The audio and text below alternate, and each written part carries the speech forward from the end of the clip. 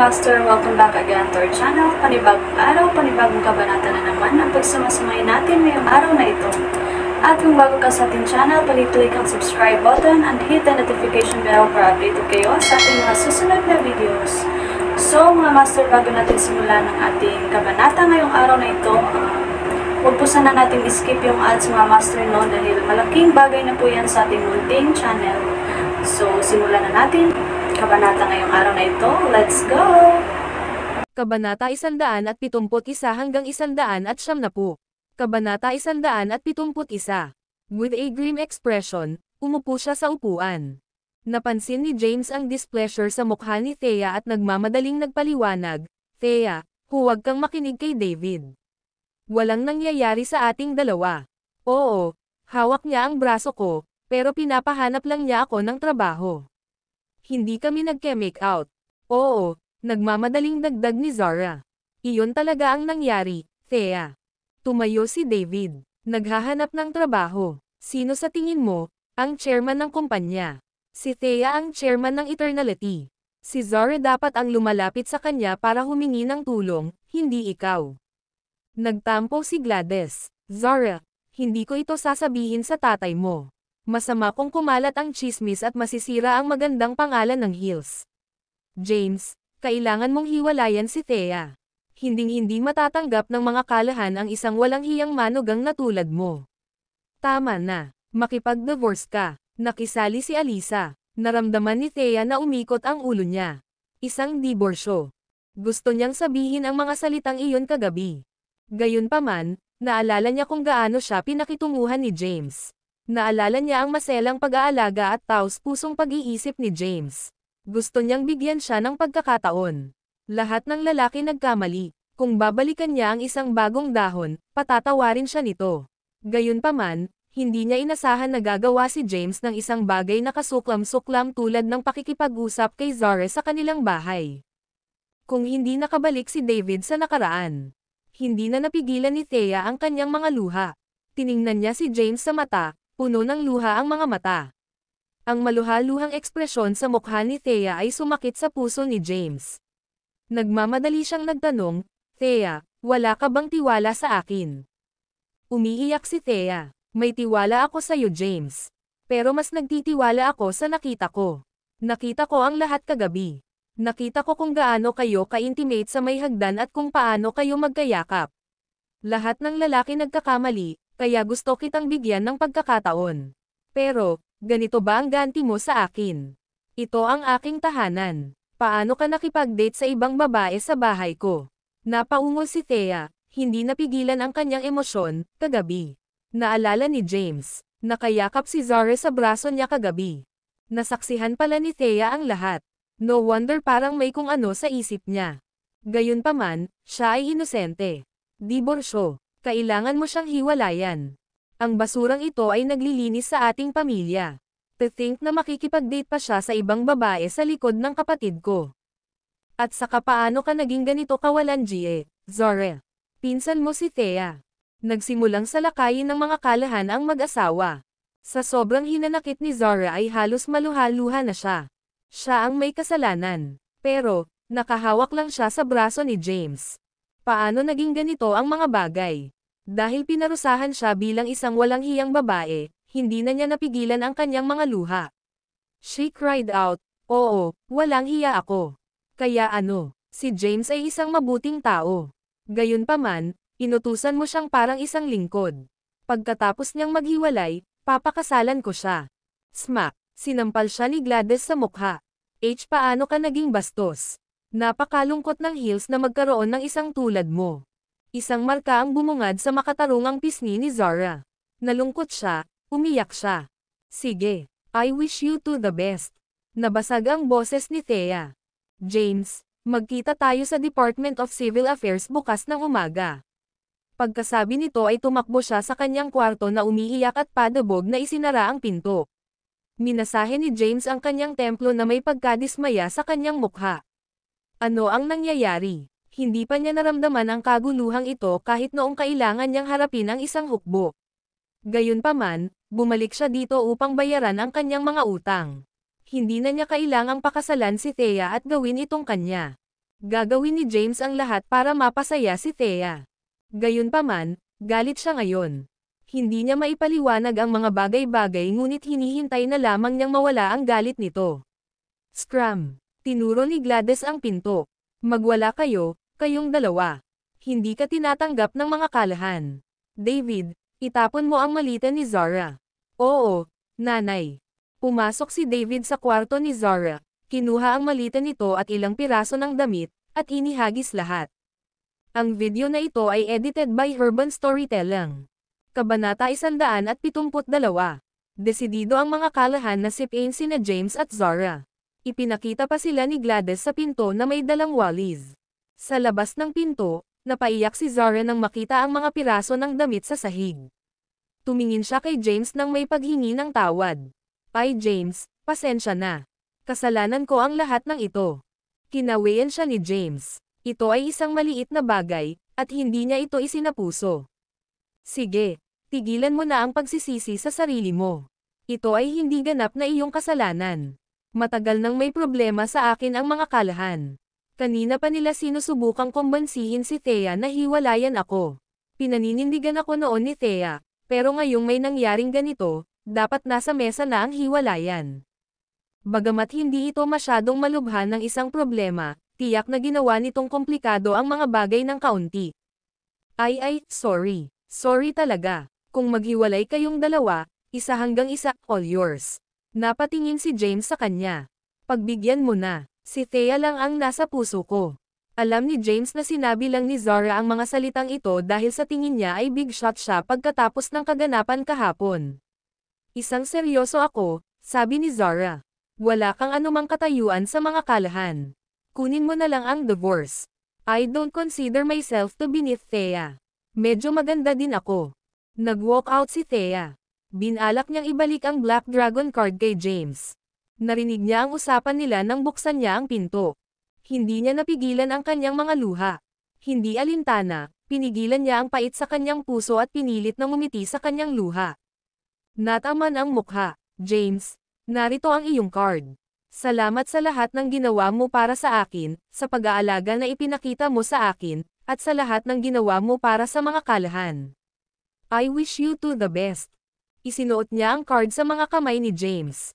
Pagkatapos, tinakpan niya ang kanyang bibig, tumakbo siya pabalik sa bahay na umiiyak.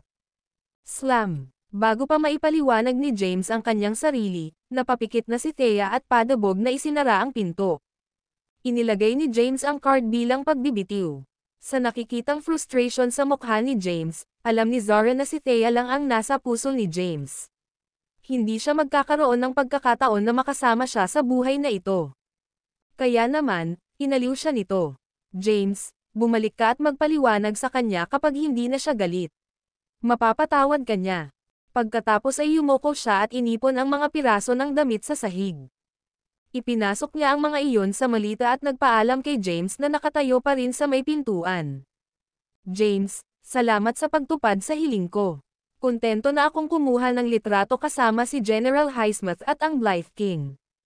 Dala ang kanyang malita, nagmadali siyang umalis. Alam ni James na hindi siya babalik sa bahay ngayon. Binalak niyang ipaliwanag ang mga bagay kay Thea pagkatapos niyang ayusin ang kanyang mga marka sa The Great Four. Nanlumo, umalis siya at naabutan si Zara.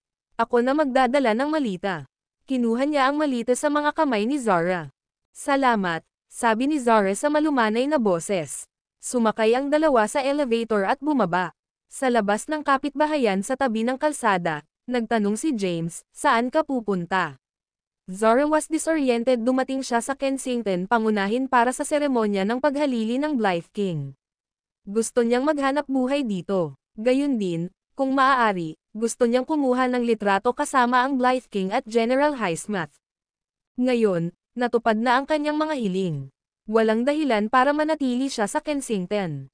Uuwi na ako, she said after some thought. Sabi ni James, hindi mo ba ako nangungulit na tulungan kang maghanap ng trabaho? Ano ang iyong mga kasanayan? Titingnan ko kung mahahanap kita ng disenteng trabaho. Gabi na, at nag-aalala si James tungkol sa paggala ni Zara sa lansangan ng mag-isa. Kahit na nagkaroon ng hindi pagkakaunawaan, pinsan pa rin niya si Thea. Kung may mangyari man sa kanya, Susuyuan siya ni Thea pagkatapos nitong mawala ang buong sitwasyon. Sabi ni Zara, nagtapos ako ng economics. Pagkatapos ng graduation, nagtrabaho ako bilang assistant ng chairman ng isang kumpanya sa loob ng 3 buwan. Gayunpaman, nagbitiw ako dahil malinaw na gusto niyang sumama sa akin. Hahabulin pa niya ako kapag kami lang. Nang marinig ito, sinabi ni James, ganun ba? Kakakilala ko lang ang investment manager ng Trade City Center. Tatawagan ko siya. Dapat doon ka magtrabaho. Ha? Natigilan si Zara. Halos kaagad, napabulalas siya. Talaga. Binigyan siya ni James ng bahagyang ngiti. Agad niyang kinuha ang phone niya at tinawagan si Scarlett. Nasaan ka? Ang video na ito ay edited by Urban Storytelling. Kabanata 173. Halos alas 9 na. Ang Trade City Center ay nagsimula pa lamang sa pag-akit ng pamumuhunan sa negosyo. Dahil si Scarlett ay isang baguhan sa larangan, siya ay nag-hire spree. Sa ngayon, nagpupulong sila sa punong tanggapan ng kumpanya para talakayin ang follow-up na proseso ng investment project. Itinigil niya ang pagpupulong nang matanggap ang tawag ni James. Nasa kumpanya pa ako. Meron ba, James? Sabi ni James, may kaibigan ako na kasalukuyang walang trabaho. Maaari mo bang ayusin ang posisyon para sa kanya? Nasaan ka, James? May susando ako sa'yo ngayon. Nasa kalagitnaan ako ng meeting, kaya hindi ako makaalis. Hindi na kailangan. Magtataksi ako dyan. Binaba niya ang telepono. Si Zara ay nananabik na nakatingin kay James. Habang binabaan ni James ang kanyang telepono, hindi niya maiwasang magtanong, James, sino ang katawagan mo? Binigyan siya ni James ng isang misteryosong ngiti. Tara na, sasakay kami ng taxi papunta sa Trade City Center. Huwag sabihin kahit kanino ang tungkol dito. Manatiling low profile, lalo na sa harap ni Thea. Nakuha ko. Tuwang-tuwa si Zara. Tumawag si James ng taxi papunta sa Trade City Center. Bagong itinayo at matatagpuan sa downtown Kensington, ang gitnang rehiyon nito ay puno ng mga skyscraper.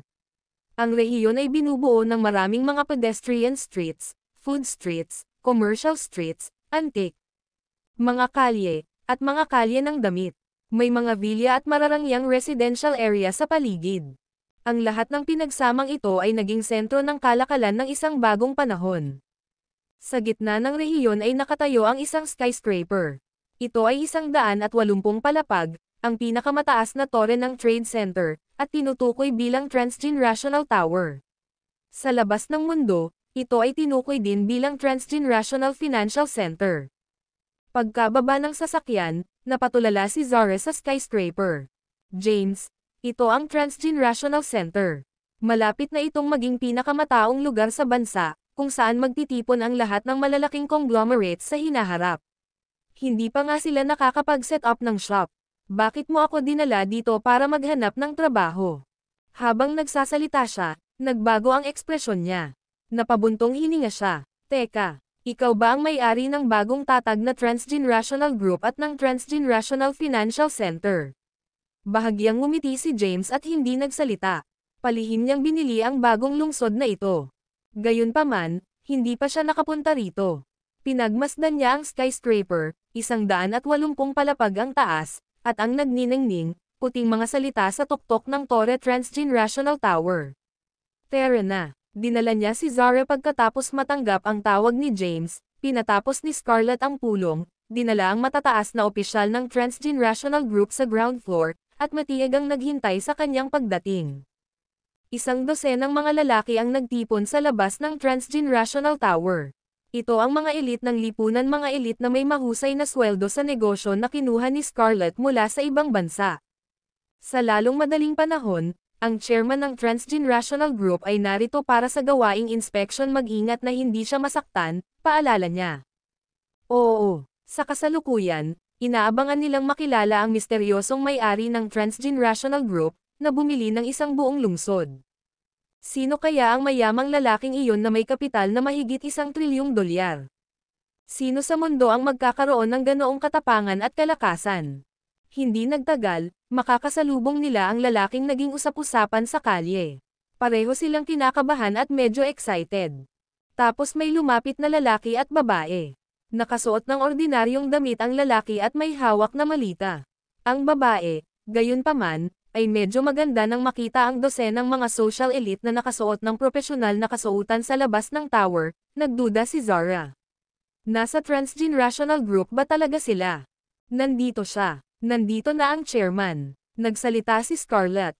Maligayang pagdating, chairman. Sabay-sabay na umalangaw-ngaw ang isang bumang na boses. Nakatingin kay James ang dosenang mga business elite. Siya ba ang taong bumili ng transgenerational New City? Meanwhile, napatulala si Zara. Chairman. Si James ang bumili ng transgenerational New City. Ang video na ito ay edited by Urban Storytelling. Kabanata 174. Natigilan si Zara, at nablangko ang isip niya. Kumunot ang noo ni James at sinulyapan si Scarlett. Ang kanyang tingin ay nagpadala ng panginginig sa kanyang gulugod. Agad siyang bumagsak sa sahig, nanginginig ang kanyang katawan na taranta ang matataas na opisyal. Iyon ay si MS Brooks, ang taong namamahala sa transgenerational group. Bakit siya lumuhod? Ilang sandali, natarante sila. Sabi ni James sa mahinang boses, anong ginagawa mo? Bumangon ka na. Oo, James. Agad na bumangon si Scarlett at tumayo sa gilid, nanginginig sa takot. James went on, bakit sila nandito? I dismiss sila. Agad na itinuro ni Scarlett, anong nakatayo ka rito? Bumalik ka na sa trabaho. Oo, mabilis silang umalis sa eksena. Di nagtagal, tanging sina James, Scarlett, at Zara na lang ang natira sa labas ng transgenerational tower. James, ako. Nag-aalala si Scarlett. Gusto lang niyang iparamdam kay James na malugod siyang tinatanggap at hindi niya inaasahan na sasaktan siya. Kung alam niya, mag-isa siyang dumating. Kinawayan siya ni James. Sige ngayon, hindi kita sinisisi dito. Basta sa susunod wag mo na lang ulitin. Siya nga pala si Zara, pinsan ko. Pumunta siya sa Kensington para maghanap ng trabaho. Tingnan ang kanyang mga pangangailangan. Oo, nang marinig na pinsan ni James si Zara ay agad itong tumango. Lumapit ito sa kanya at kinuha ang malita sa kanyang mga kamay. James, hayaan mo na ako. Tumango si James at nagutos, assign her a position according to her ability. Hindi ko gusto ang mga tao na umaalis sa kumpanya, at hindi ko nais na makita ang mga taong walang kakayahan na humahawak ng matataas na posisyon dahil lamang sa kanilang mga koneksyon. Ha, naguguluhan si Scarlett. Ano ang ibig niyang sabihin dito? Ano, hindi mo pa rin gets? Napatingin si James kay Scarlett, na may pagtataka sa mukha. Huwag mo siyang paalisan sa kumpanya dahil lang sa pinsan ko siya. Siya ay tretuhin kagaya ng lahat ng ibang empleyado. Naiintindihan. Samantala, tulala pa rin si Zara at hindi na maalala ang kanyang sentido. Si James ba ang may-ari ng transgenerational New City at ang bagong trade financial center sa lahat ng panahon? She found it baffling sino si James. Gaano siya kay Aman? Bakit ang isang lalaking bumili ng transgenerational New City ay magpapakasal sa mga kalahan? Zara, Napatingin si Zara kay James na may pagtataka sa mukha. Kahit ano, James. Sagot ni James, gawin mo ang best mo sa kumpanya. Kung makatagpo ka ng anumang mga problema, magtanong kung ikaw ay may kakayahan, maaari mong umakyat sa mga ranggo ng napakadali. Dapat mayroon kang magandang kinabukasan dito. Tumango si Zara na may pagtataka sa mukha. Tandaan, huwag mong sabihin kahit kanino ang tungkol sa nakita mo ngayon. Ay, syempre, naiintindihan ko. Mariing tumango si Zara. Napatingin si James kay Scarlett. Iutos mo sa iyong mga tauhan na itikom ang kanilang mga bibig. Ipaalam sa kanila ang mga kahihinatnan. Oo, tumango naman si Scarlett. Kung gayon, alis na ako. Tumalikod na si James para umalis. Tumawag siya ng taxi at tinungo ang common clinic. Tila sa tirahan ni Henry siya mamayang gabi. Para naman sa House of Royals, hindi komportable si James na magpalipas ng gabi sa napakaluwang na lugar. Naalala lang ni Zara ang kanyang sentido pagkaalis ni James. Humarap siya sa charismatic na si Scarlett, na nakasuot ng professional business attire at nagpakilala. Hello, ang pangalan ko ay Zara Hills. Napangiti siya. Welcome sa Transgenerational Group, Zara. Ako ang chairman, Scarlett Brooks. Maaari mo akong tawaging MS Brooks. Ikinagagalak kitang makilala, MS Brooks. Natigilan si Zara nang marinig ang pagpapakilala ni Scarlett. Maging ang chairman ng Transgenerational Group ay lumuhad kay James nang makita siya. Sino ba talaga si James? MS. Hills, sumunod ka sa akin. Sumenya si Scarlett na sumunod kay Zara. Siya ang personal na nagdala sa kanya sa kumpanya. MS. Brooks, kaya kong dalhin ang Malita mag-isa. Agad na kinuha ni Zara ang Malita sa mga kamay ni Scarlett. Ngumiti si Scarlett at pumasok sa tore. Sumakay sila sa elevator at nakarating sa pinakamataas na palapag ng gusali. MS. Hills, ang mga tuntunin at regulasyon ng aming kumpanya ay nasa pagbuo pa rin. Bahagyang nagbukas lang kami sa mga pamumuhunan sa negosyo, ibig sabihin, nakipag-ugnayan lang kami sa ilang malalaking korporasyon.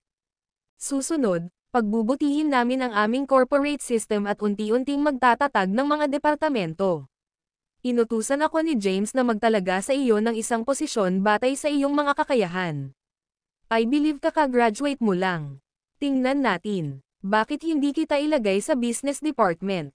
Ikaw ang mamamahala sa mga pamumuhunan sa negosyo sa rehiyon na malapit sa mga kalye ng pagkain. Ano sa tingin mo?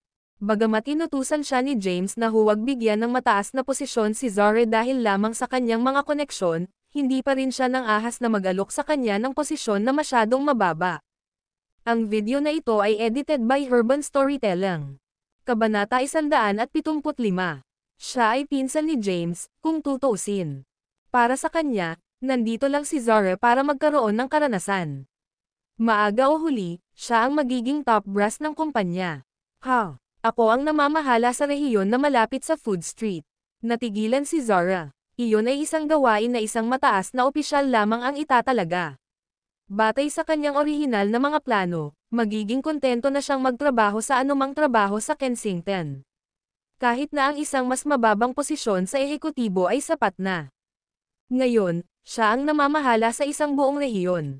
Narinig niya na ang kalye ng pagkain ay nangangailangan ng napakataas na mga kinakailangan para sa pagpasok ng mga pamumuhunan sa negosyo. Tanging ang mga kilalang kumpanya ng catering sa mundo ng culinary ang may karapatang magtatag ng kanilang sarili. Bukod pa rito, ang one-off na bayad para sa pag-set up ng shop ay hindi bababa sa $2 milyong, hindi kasama ang kasunod na pag-upa na kailangan nilang bayaran. Sa sandaling iyon, nagsimula siyang nanlamig ang mga paa. Kakayanin kaya niya ang gawain. Gayunpaman, mas nababahala siya sa pagkakakilanlan ni James. MMS Brooks, sino ba talaga si James? Siya ba ang bumili ng Transgenerational New City, ang world-class na financial center ng hinaharap?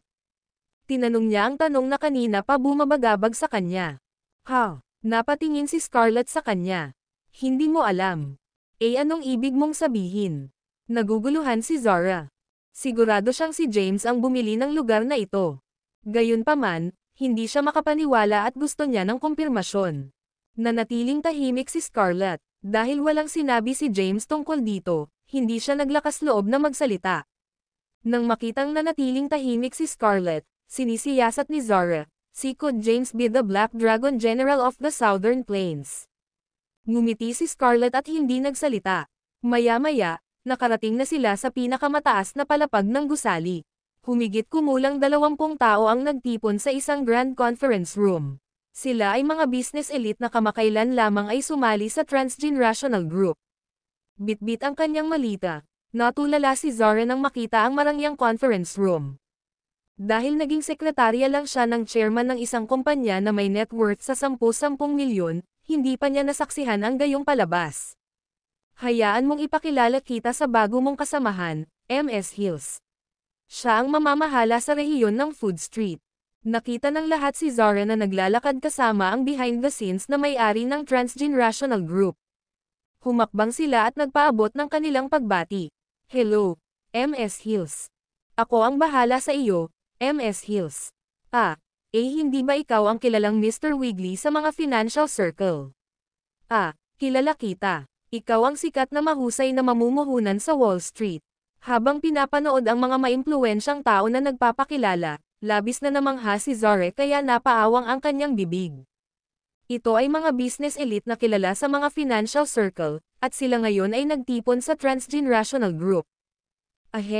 Umubo si Scarlett. Umupo sila. Itinuro ni Scarlett ang isang bakanteng upuan. MS Hills, pwede kang umupo dyan. Oo. Huminga ng malalim si Zara para pakalmayan ang sarili. Pagkatapos, naglakad siya patungo sa bakanteng upuan at umupo. Patuloy ni Scarlett, sana ilihim mo ang nakita mo ngayon. Ang pagkakakilanlan ng may-ari ay top secret at hindi maaaring ibunyag sa publiko. Ang sinumang tumagas nito ay magdaranas ng parehong kapalaran ng mga pinuno ng Great 4 Nanograms Kensington. Nang marinig ito, nanginig ang lahat sa conference room. Gulat na gulat si Zara. Isa siyang matalinong babae. Ngayong nabanggit na ni Scarlett ang mga pinuno ng The Great 4, sinimulan niyang i-connecta ang mga tuldok. Si James ang taong iniligtas ni Thea mula sa sunog sa tirahan ng Caden 10 taon na ang nakararaan. Siya rin ang multo taong nakamaskara na pumatay sa mga pinuno ng The Great 4. Ngayon, sa wakas ay naunawaan na niya ang pagmamahal ni James kay Thea. Si Thea ang kanyang tagapagligtas. Gayunpaman, nanatiling misteryo ang kanyang pagkakakilanlan. Sino ba talaga siya? Siya ba ang Black Dragon ng Southern Plains? Ang video na ito ay edited by Urban Storytelling. Kabanata 176. Si Henry ay natutulog sa isang silid sa common clinic. Nang maramdaman ang paggalaw, agad siyang bumangon at binuksan ang mga ilaw. Nakita niyang pumasok si James. James, anong dinala mo dito? Malungkot na kinulong ni James si Henry. Inawi ko si Thea. Ha? Anong nangyari? Natarante si Henry. Huminga ng malalim si James. Inabutan siya ni Henry ng sigarilyo. Tinanggap naman ito ni James. Sinindihan ni Henry ang sigarilyo. Huminga ng malalim si James. Nothing much. Medyo misunderstanding lang. Ikinwento niya ang nangyari kay Henry. Ha ha ha. Hindi napigilan ni Henry ang pagtawa. Nakakatuwa. Ang general ng Southern Plains ay pinalayas sa tirahan ng mga kalahan. Nang mapansin ang malungkot na ekspresyon ni James, agad niyang pinigilan ang kanyang dila. Seryosong tingin, sabi niya, James, makakatulong ako kung kailangan mo akong pumatay ng tao. Ngunit, isang bagay tulad nito, wala akong magawa.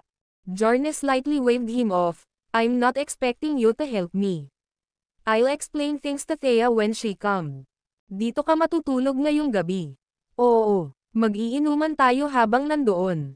Umalis sila sa common clinic, at dinala ni James si Henry sa isang barbecue restaurant sa tabi ng mga kalsada. Umorder sila ng lamb kebab at ilang beer. Sa kalahans, lumuluha si Thea, umiiyak ang sarili sa pagtulog.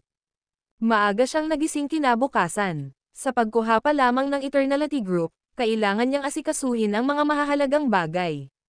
Bukod dito, kailangan niyang ihanda ang mga kaukulang dokumento para sa mga aplikasyon para mag-set up ng tindahan sa Trade City Center. Ang Transgenerational City Center ay hindi pa bukas para sa pamumuhunan sa negosyo.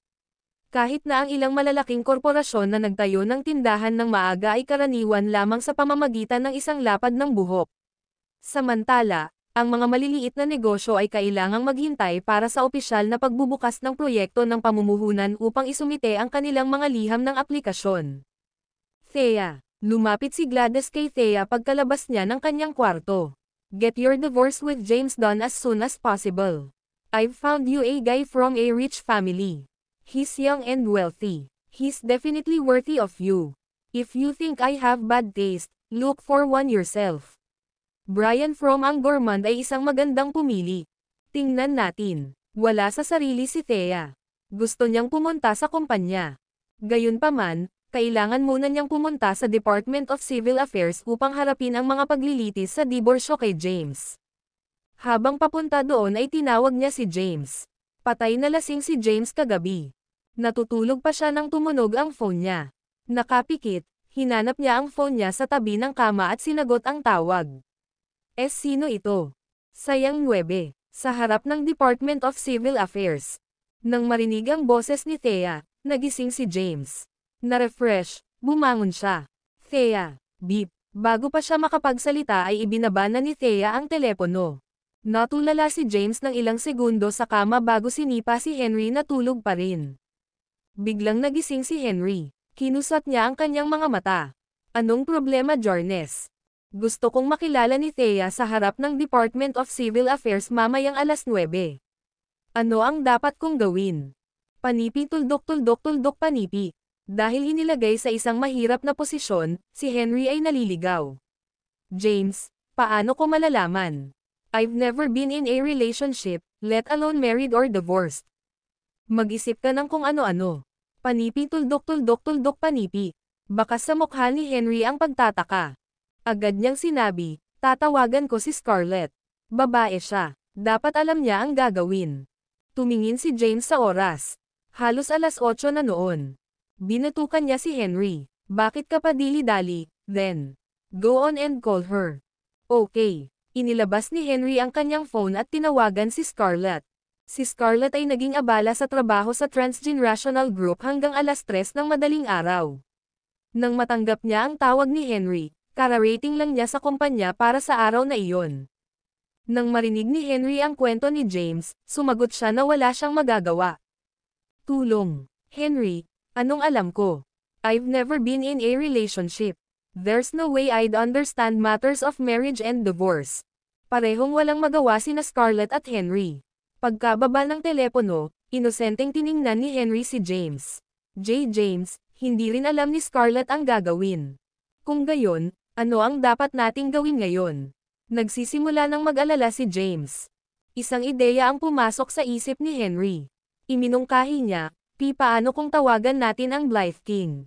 Hihilingin natin sa kanya na huminto ng oras sa pamamagitan ng pagpapahinto sa paglilitis sa diborsyo at maghintay ng ilang araw. Hindi masama, lumiwanag si James. Agad niyang tinawagan ang Blythe King. Sa kasalukuyan, ang Blythe King ay may mahahalagang bagay na dapat asikasuhin. Nang makita ang tawag ni James, dumilim ang mukha nito. Sinagot niya ang telepono. Sa isang masungit na ekspresyon, nagtanong siya, ano ang gusto mo sa akin ng madaling araw, Black Dragon? Umalangaw-ngaw ang tawa ni James mula sa telepono. Nothing much. Just needed a little assistance from you. My wife wants a divorce.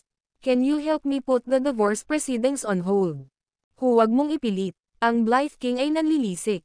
Siya ang Blythe King, General ng Western Border at Commander-in-Chief ng 5 hukbo.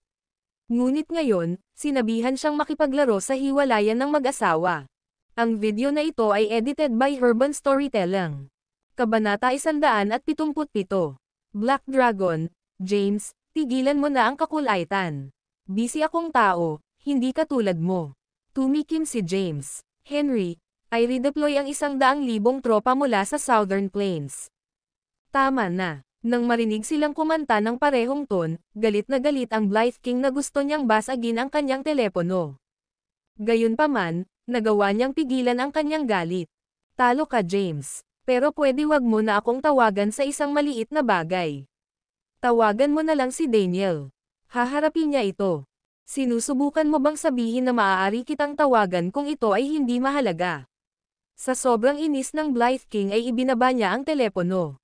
Pagkababa ng telepono ay agad niyang binigay ang kanyang utos. Daniel, may kailangan akong gawin para sa akin. Hindi makapaniwala si Daniel nang matanggap niya ang kanyang mga utos. Naguguluhan, umalis siya sa opisina ng Blythe King. Kasabay nito, sa Common Clinic, na-relieve si James pagkatapos ng tawag.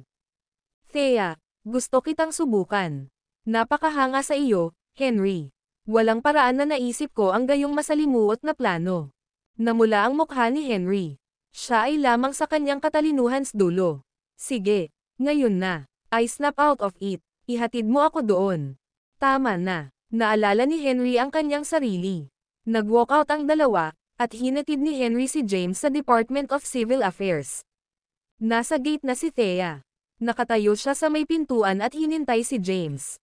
Hindi ba si Thea Callahan iyon? Oo, siya iyon. Nakita ko sa balita na siya lang ang pumalit bilang chairman ng Eternality. Bakit siya nasa harap ng Department of Civil Affairs? Baka makikipag-divorce siya. Si Thea ay kilala sa Kensington. Sa kanyang kagandahan at karisma, agad siyang nakilala ng mga dumadaan habang nakatayo siya sa labas ng Department of Civil Affairs. Hindi pinansin ni Thea ang mga daliring nakaturo sa kanya. Kinuha niya ang phone niya at tinignan ang oras. Nako 9. Tinawagan niya ulit si James. Na may masamang tingin, tinanong niya, anong ginagawa mo?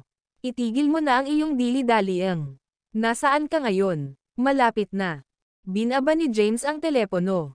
Makalipas ang ilang minuto, humarap si James kay Thea na may matangkad ng ngiti. Thea, sa masungit na ekspresyon, tumalikod si Thea at naglakad papunta sa front gate ng Department of Civil Affairs. Hinayla siya ni James pabalik sa oras. Anong ginagawa mo? Bitawan mo ako. Napawi si Thea sa pagkakahawak niya. Pinakawalan siya ni James at nakangiting sabi, Thea, tiningnan ko ang kalendaryo. Ngayon ay hindi isang mapalad na araw para sa isang diborsyo. At saka, hindi natin madadaanan ang divorce proceedings ngayon. Malungkot ang suot ni Thea. Pagpapahayag, James, panasan mo yang ngiti mo. Di ba gusto mo din ng hiwalayan? Makakasama mo naman si Zara eh. Thea, I swear walang nangyayari sa atin. Kung nagsisinungaling ako, patayin nawa ako ng langit. Boom! Sa sandaling iyon, kumikidlat sa kalangitan. Kasunod nito, kumulimlim ang langit. Malapit nang umulan. Malamig nang umiti si Thea. James, bantayan mo ang mga sinasabi mo. Ayaw mo namang tamaan ng kidlat diba? Nang iyangat ni James ang kanyang ulo at nakita ang makulimlim na kalangitan, dumilim ang maging ang langit ay laban sa kanya. Thea, I can explain. Kahit wala kang tiwala sa akin, bakit hindi ka magtitiwala sa pinsan mo? Dahil kilala ko siya ng husto, malamig na sabi ni Thea. Palagi siyang may bagay para sa mga lalaking militar. Hindi na ako nagulat na hinabol ka niya pagkatapos niyang malaman na nagretiro ka na sa militar. Ano ang maaari kong gawin upang makuha ang iyong tiwala? James, huli na. Kailangan pa ba nating pagdaanan ito? Binigyan kita ng pagkakataon, pero sinayang mo. Sa pagkakataong iyon, may mabilis na sasakyang papalapit sa kanila. Bumaba ang ilang lalaki at pumasok sa Department of Civil Affairs. Nang makita ang mga tauhan ng Blythe King, nakahinga ng maluwag si James. Kung ganoon, wala na akong ibang masasabi. Tara na. Tumakbo siya papunta sa gusali. Sumunod naman si Thea sa likod. Pasensya na po, sarado kami para sa araw na ito. Punta ka bukas. Sa gate, si James ay nagsusuot ng isang masayang tingin. Thea, tingnan mo. Kahit na ang langit ay nagbabawal sa amin na maghiwalay. Nagulat si Thea. Pinagmasdan niya ang paglabas ng mga tao sa gusali. Kumalabog ang mga gate sa likod nila. Napatingin siya kay James. Hindi niya masyadong iniisip iyon. Bukas na lang, malamig na sabi niya. Pagkatapos niyang magsalita ay tumalikod na siya para umalis. Sumigaw si James, hindi rin mangyayari ang bukas. Gayunpaman, nakaalis na si Thea sakay ng taxi. Hinaplos ni James ang kanyang baba. Hanggat tutol ako dito, hindi ka maghihiwalay. Ang video na ito ay edited by Urban Storytelling. Kabanata 178. Anong nangyayari? Hindi ba ngayon lang naging maayos ang lahat? Ngayon ang shared birthday ng girlfriend ko. Plano naming kunin ang marriage certificate namin ngayon. Anong nangyari? Maraming tao ang nagreklamo nang umalis sila sa Department of Civil Affairs. Samantala, tuwang-tuwa si James. Ito ay isang pakiramdam na mas masaya kaysa sa pagkapanalo sa isang labanan. Naglakad siya sa kalsada at sumakay sa gilid ng kotse ni Henry. Tara na, Henry. Saan ka susunod na pupunta, James? Ang House of Royals o ang klinika? Humikab si James. Sa klinik. Kailangan kong umidlip. Uminom siya hanggang gabing-gabi at medyo inaantok pa. Sige. Nagmaneho si Henry sa common clinic. Dahil hindi makapagdiborsyo, nagtungo si Thea sa kumpanya upang ipagpatuloy ang pagharap sa mga gawain ng kumpanya. Natulog si James hanggang tanghali. Sa labas ng common clinic, 9 Dragon Street Food Stall. Ipinatong ni James ang isang paa sa isang bangko at kinagat ang pakpak ng manok. Henry, ang simpleng pagpapaliban sa hiwalayan ay hindi mangyayari. Kailangan mo akong tulungang makaisip ng isang bagay. Ano ang may isip ko? Hindi rin ako expert sa relasyon. Nanlumo si Henry. Isang ideya ang biglang pumasok sa isip ni Henry. O tama na. James, hindi ba malapit na ang ika-8 kaarawan ni Lex? Paano kung gumawa ka ng isang bagay para maging maganda siya sa kanyang kaarawan? Sa wakas ay kikilalanan kanya kung nalulugod siya. Nabalitaan ko na mas inuuna ni Thea ang mga opinyon ng kanyang pamilya. Kaya, kung tumanggi si Lex na makipaghiwalay sa kanya, tiyak na makikinig siya sa kanya. Naningkit ang mga mata ni James, at hinampis niya ang mesa. Magandang ideya. Ikaw ang pinakamahusay na kaibigan kailanman. Nalutas mo lahat ng problema ko. Ngayon, bilisan mong sabihin sa akin, paano ko gagawing masaya si Lex? Ang mga Callahan ay napaka-egoistic na tao. Tiyak na matutuwa silang magkaroon ng Blythe King sa ika-80 kaarawan ni Lex. Kapag nalaman nilang ikaw ang nag-imbite kay Blythe King, tiyak na titingnan mo sila ng may mataas na pagpapahalaga. Masiglang sabi ni Henry. Tumango si Jarnes. Iyan ay may katuturan. Gayunpaman, gusto ko lang mamuhay ng mapayapa at ayokong malaman ng lahat ng tao sa mundo ang aking pagkatao. Lahat ay tumitingin sa akin ng may paggalang at paghanga kapag nasa labas ako kung kumalat ang balita. Hindi ba magiging kontraaktibo iyon? Well, hindi ko matutulungan iyon. Umiling si Henry, kinuha ang kanyang chopsticks, at nag-focus sa pagkain. Nagpatuloy si James sa pag-iisip kung paano palakasin ang ego ni Lex nang hindi inilalantad ang kanyang pagkakakilanlan bilang Black Dragon. May idea ako. Isang plano ang sumagi sa kanyang isipan. Gagamitin ko ang pagkakakilanlan ng mga Kayden. Ha? Napatingin si Henry kay James. Bukod sa Black Dragon, member din ako ng Caydens. 10 taon na ang nakalilipas, ang mga Kayden ang numero 1 sambahayan sa Kensington. Walang ganoong bagay bilang Great Force sa nakaraan. Ang aking lolo ay may malawak na koneksyon sa lahat ng dako, kaya kung gagamitin ko ang aking pagkakakilanlan bilang isang miyembro ng mga Kayden, tiyak na matutuwa ang mga Callahan. At the same time, I can also reveal to Thea my identity as the ghost masked man that saved her, ani James. Kailangan mong pag-isipan muli ang planong iyon, James. Aayusin mo ang iyong mga hinaing sa Great Force sa loob ng ilang araw. Kahit na hindi ito isang bloodbath, marami ka pa ring mamamatay na tao.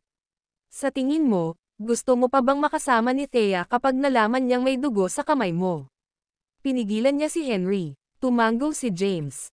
Totoo, hindi ito gagana, ngunit ano pa ang magagawa ko? Umiling si Henry. Sa 2 taong ito, ang isa ay ang commander ng Southern Plains, na may dalang 5 bituin sa kanyang mga balikat. Ang isa ay isang 1-star general ng Southern Plains. Ang 2 ito ay hindi kailanman nagpanik sa harap ng libu-libong tropa ng kaaway, ngunit sila ay nasa malalim na tubig dahil kay Thea.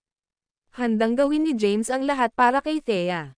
Pagkatapos ng tanghalian, dumiretso siya sa villa ng mga Callahan. Pinindot niya ang doorbell. Ang nagbukas ng pinto ay ang apo ni Lex na si Megan. She immediately crossed her arms when she saw James and said condescending, "I was wondering who it was." Ito pala ay si James, ang taong nakatira sa mga Callahan. Anong meron? Anong ginagawa mo dito? Lumapit si James kay Lex at tumangging mag-aksaya ng oras sa kalokohan ni Megan. Ang video na ito ay edited by Urban Storytelling. Kabanata 179.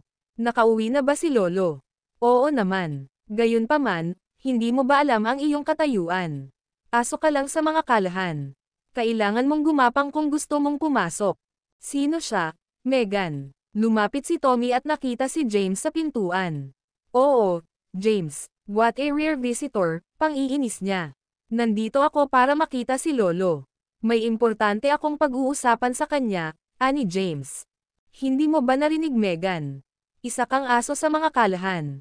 Kailangan mong gumapang sa loob kung gusto mong pumasok sa villa ng mga Callahan, pakonsensyang sabi ni Tommy. Si Tommy ay lumabas upang salubungin ng isang tao ang kanyang bunsong kapatid na babae, na lumipat sa North Kensington pagkatapos ng pagbabalik ng kasal. Gusto niyang salubungin ito ng personal. Si Wendy Callahan ang bunsong anak ni Howard at kapatid ni Megan at Tommy. 6 na buwan na ang nakalilipas, nagpakasal siya sa isang mayamang pamilya sa North Kensington na ang katayuan ay maihahambing sa Great 4 Nanograms Kensington. Napaka-promising din ng asawa niya. Sa kabila ng hindi direktang inapo ng mga Coleman, siya ang kinatawang kapitan sa espesyal na unit ng pulisya at nagtataglay ng malaking awtoridad. Dinala ni Wendy ang kanyang asawa, ang deputy captain ng Specialized Unit Force, para ipagdiwang ang ika-80 kaarawan ni Lex. Hindi inaasahan ni Tommy na si James ang bisita sa halip na kapatid niya. Biglang huminto ang $1,000,000 na luxury car sa harap ng gate ng villa. Bumaba ng sasakyan ang mag-asawa. Ang babaeng nakasuot ng napakarilag na damit ay tila nasa 20s, Ang lalaki ay may tiyan ng beer at mukhang halos nasa edad 40. Ang babae ay si Wendy, ang lalaki ay si Brody Coleman mula sa mga Coleman sa North Kensington. Kasalukuyan siyang Deputy Captain ng Specialized Police Unit sa North Kensington. Wendy, Brody. Agad na nagbago ang ekspresyon ni Tommy nang makita ang pagdating ng mag-asawa. Nakangiti niyang binati ang mga ito. Wendy, mahigit 6 na buwan na kitang hindi nakikita. Marami nang pinag-uusapan si Lolo, Brody. Inaasahan kanyang makita, at sa wakas ay narito ka na. Balita ko ngayon ka lang na-promote bilang Deputy Captain. Kumapit si Wendy sa 40 higit na lalaki na may ngiti sa tuwa. Walang anuman ang Deputy Captain. Ang impluwensya ng mga Coleman ay hindi maisip. Sa kanilang mga koneksyon, ang aking asawa ay mapopromote bilang kapitan ng dalubhasang unit ng pulisya sa lalong madaling panahon. We have to stay low profile. Ilang beses ko nang sinabi sa iyo na kailangan nating manatiling mapagkumbaba sa labas. Huwag magyabang sa pagiging Deputy Captain. Walang anuman ang Deputy Captain kumpara sa tiyuhin ko. Siya ang kalihim ng isang partikular na general sa rehiyong militar ng North Kensington. Siya ang ehemplo ng awtoridad.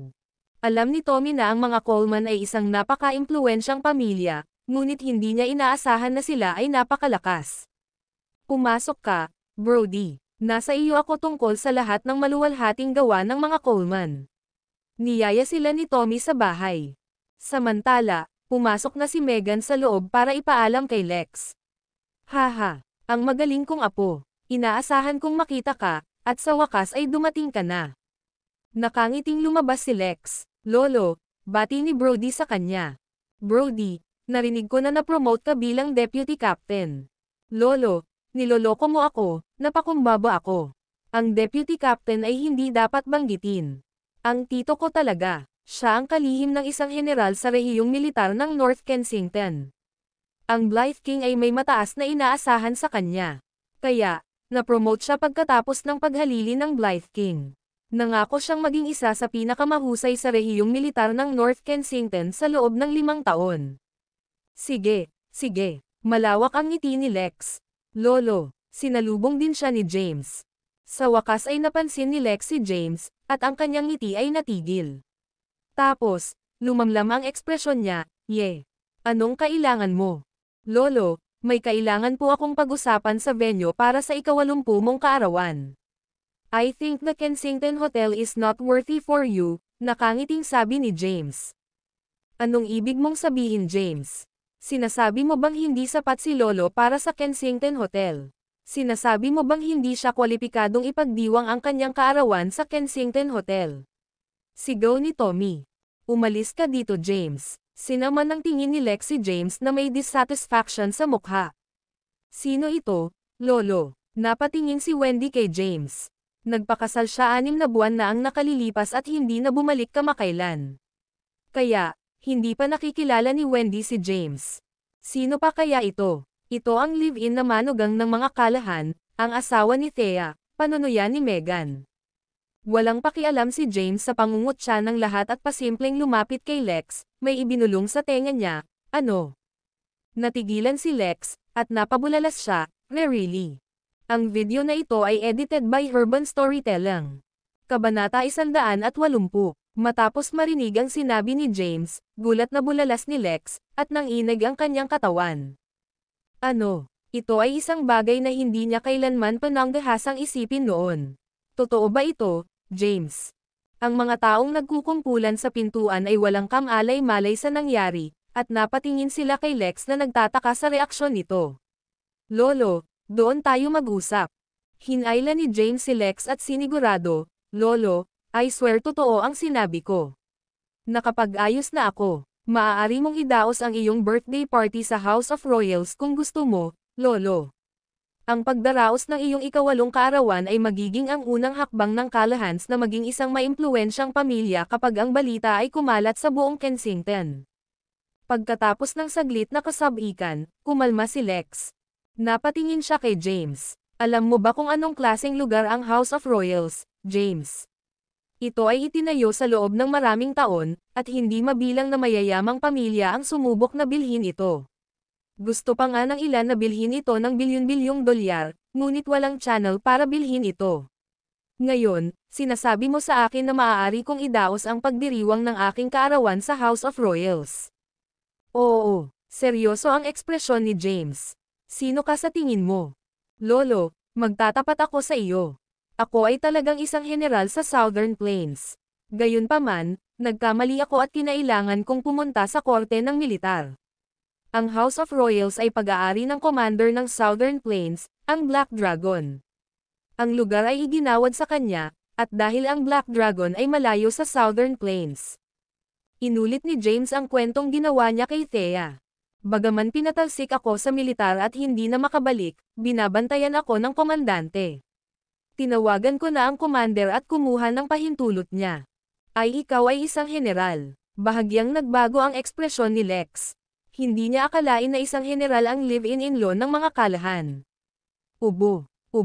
Nilabag ko ang batas militar at dinala ako sa korte, na nagpatalsik sa akin mula sa hukbo at ganap na pinaalis sa militar. Gayunpaman, tinitiyak ko sa iyo, Lolo, na lahat ng sinabi ko ay totoo. Kaya mo talagang magdaos ng birthday party sa House of Royals. Noong una, gustong idaos ni James ang kasal nila ni Thea sa House of Royals. Gayunpaman, nagkaroon ng hindi pagkakaunawaan sa pagitan nila ni Thea. Para maiwasan ang hiwalayan, kinailangan niyang lapitan ang mapagmataas na si Lex. Magaling kang apo. Hindi mahalaga na pinatalsik ka mula sa hukbo dahil miyembro ka na ngayon ng mga kalahan. We will take care of you in the future, lumuwag ang noo ni Lex, at tinapik-tapik niya si James sa sundalo. Salamat, Lolo. Gayunpaman, nagsusumikap si Thea na makipaghiwalay sa akin sa nakalipas na 2 araw. Naubos ko na talaga lahat ng paraan para makiusap sa commander para sa pagkakataong ito. Sa wakas ay pumayag na rin siya. Tulungan mo ako sa pagkakataong ito, dahil nailigtas ko siya 8 taon na ang nakararaan. Lolo, maaari mo bang kumbansihin si Thea na huwag makipaghiwalay sa akin? Hindi yun magiging problema, ngumiti ng malapad si Lex. Ang House of Royals, ang pinakamaunlad at mahiwagang villa sa Kensington. Magugulat ang buong Kensington nang marinig siyang nagdaraos ng kanyang birthday party sa House of Royals. Salamat, Lolo, napangiti si James. Ang natitira ay magiging madali pagkatapos makumbinsi si Lex. Ang hindi pagkakaunawaan ay maaaring ipaliwanag ng dahan-dahan hanggat hindi sila nagkakaroon ng diborsyo. Gayunpaman, Lolo, hindi mo masasabi sa iba kung paano ka nagkaroon ng pagkakataong ipagdiwang ang iyong kaarawan sa House of Royals. Mayroon akong record at magkakaroon ako ng problema kung maakit ko ang atensyon ng mga may katuturang awtoridad. Mawawala din ang pagkakataon na idaos ang iyong birthday celebration sa House of Royals, payo ni James. Alam niyang sobrang egoistic si Lex at tiyak na gustong magpakitang gilas. Ang video na ito ay edited by Urban Storytelling. Kabanata 181.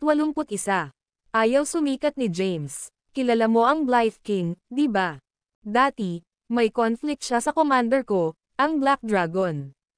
Ihihinto niya ang pagdiriwang ng iyong kaarawan kung matutuklasan niya ang House of Royals ay pag-aari ng Black Dragon. Magiging napakahirap kung mangyari iyon. Nanginginig si Lex sa narinig niya. Hindi niya kayang masaktan ang Blythe King. Kontento na si James sa reaksyon ni Lex, kaya nagpatuloy siya, hanggat walang sinasabi si Lolo, walang makakaalam. Maaari mong ipahayag ang House of Royals ay pag-aari ng isang matandang kaibigan. Tiyak na magiging magandang press iyon para sa mga kalahan. Nakaisip si James ng plano para kay Lex. Dahil matalinong tao si Lex, dapat alam niya kung paano ito hahaharap. Tinapik ni Lex ang balikat ni James. Tama ako sa pagpayag na magpakasal ka sa mga kalahan, James. Ito ang pinakamagandang desisyon sa buhay ko. Hindi ko akalain na magkakaroon ako ng ganitong kagandang selebrasyon sa edad na 80. Magdaraos ako ng press conference para i-announce ang pagbabago ng venue para sa birthday celebration ko. Sige, Lolo, babalik muna ako. Nagawa ko na ang mga pag-aayos, at ang mga kalahan ay papayag ang mauna sa pagdekorasyon ng lugar, ngunit, mangyaring huwag makapinsala sa anuman. Kung hindi, ang mga kalahan at ako ay mapapahamak kapag ang aking commander ay nakahanap ng kasalanan sa amin. Sige, mag-iingat ako. Tuwang-tuwa si Lex. Sa wakas ay magkakaroon na siya ng kanyang once-in-a-lifetime grand experience sa edad na 80. Si Tommy, Megan, Wendy, at Brody ay mukhang tuliro sa pintuan sa hindi kalayuan. James, anong sinabi mo kay Lolo? Bakit siya nakangiti ng napakasaya? Kumunat ang noo ni Tommy. Oo, matagal ko na siyang hindi nakikitang ngumiti ng ganyan, tumanggaw si Megan at sumang-ayon.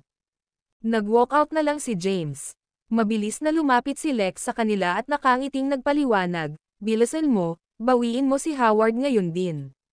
May importante akong announcement. Hindi nagtagal, nakarating si Howard sa bahay. Ano ang mahalagang anunsyo, tatay? Kanselahin ang reservation sa Kensington Hotel para sa akin. Papalitan ko na ang venue para sa birthday celebration. Sabi ni Howard na nag-aalala, nabayaran ko na ang 3 milyong reservation fee. Sumang-ayon na ang Kensington Hotel na walang laman ang unang palapag para sa amin. Ano ang dahilan ng biglaang pagbabago? Mayroon bang ibang lugar na mas maluho kaysa sa Kensington Hotel? Tawa ng tawa si Lex at sumagot, I'm change the venue to the House of Royals. Sa pagkakataong ito gusto kong magkaroon ng isang engranding pagdiriwang at ang buong Kensington upang malaman ang lakas ng mga kalahan. Naguguluhan ka ba, Dad? Alam mo ba kung anong lugar ang House of Royals? Pinag-uusapan mo ba ang House of Royals na matatagpuan sa Goodview Villa District? Hindi iyon isang lugar na basta-basta lang natin mapupuntahan. Lolo, pinag-uusapan mo ba ang House of Royals sa Kensington? Yung napapabalitang hindi nabibili kahit gaano karaming pera ang inaalok. Yung itinayo ng ilang taon pero hindi nagpakilala ang may-ari. Maingat na tanong ni Tommy. Tumawa si Lex.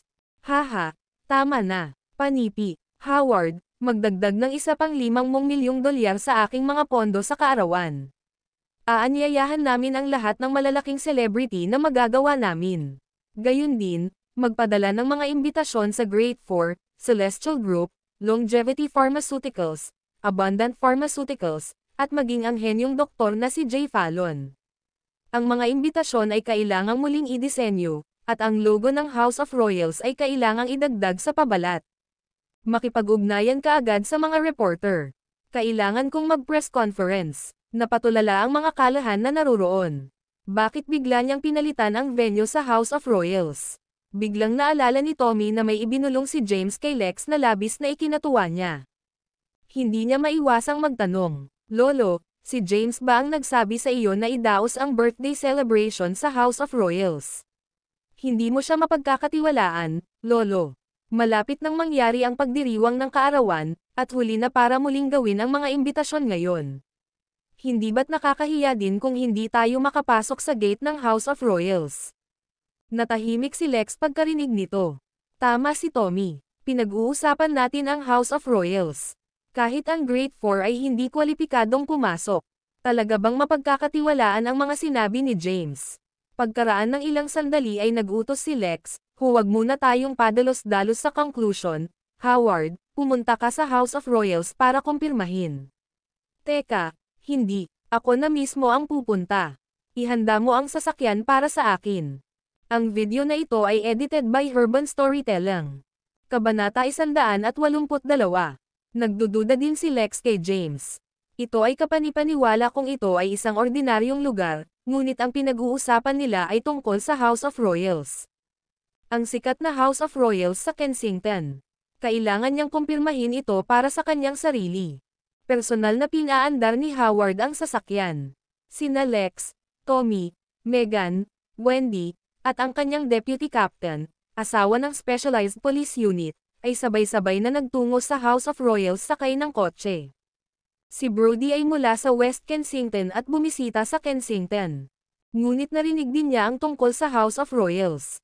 Usap-usapan na ito ay isang engranding mansion na ayaw ibenta ng kahit 10 bilyong dolyar. Walang channel para bilhin ito kahit na may pera ka. Hindi nagtagal, nakarating sila sa suburb ng Kensington. May isang bundok sa unahan nila. Maganda ang kapaligiran sa bundok, at malinaw ang hangin sa paligid. Nakatayo ang villa sa paanan ng bundok. Mula sa malayo, isang hardin, mga golf course, swimming pool, at iba pang makikita sa villa. Mayroon ding iba pang mga independent villa sa paligid ng bundok. Ang lugar bilang isang kolektibo ay tinawag na Goodview Villa District. Ang mga villa na ito ay tirahan ng ilang bigwigs. Gayunpaman, kung kaninong nabibilang sila ay isang misteryo sa publiko. Goodview Villa District. Pagpasok, security booth. May 2 gwardya sa labas ng security booth. Sa loob ng security booth, mayroong mahigit 100 ng mga security guard. Nagdadaldalan ang mga security guard na nagkukumpulan sa loob ng security booth. Normal na security guard lang ako ngayon. Isa akong security guard sa Goodview Villa District. Sa ganoong posisyon, isang ay nakipag-ugnayan sa isang napakagandang babae. Siya ay isang freshman sa kolehiyo. Thirst, napaka-inosente niya. Paano mo siya hinabol, Nick? Simple lang talaga. Kami ang mga security guard sa Goodview Villa District, kaya malaya kaming makapasok sa lugar ayon sa gusto namin.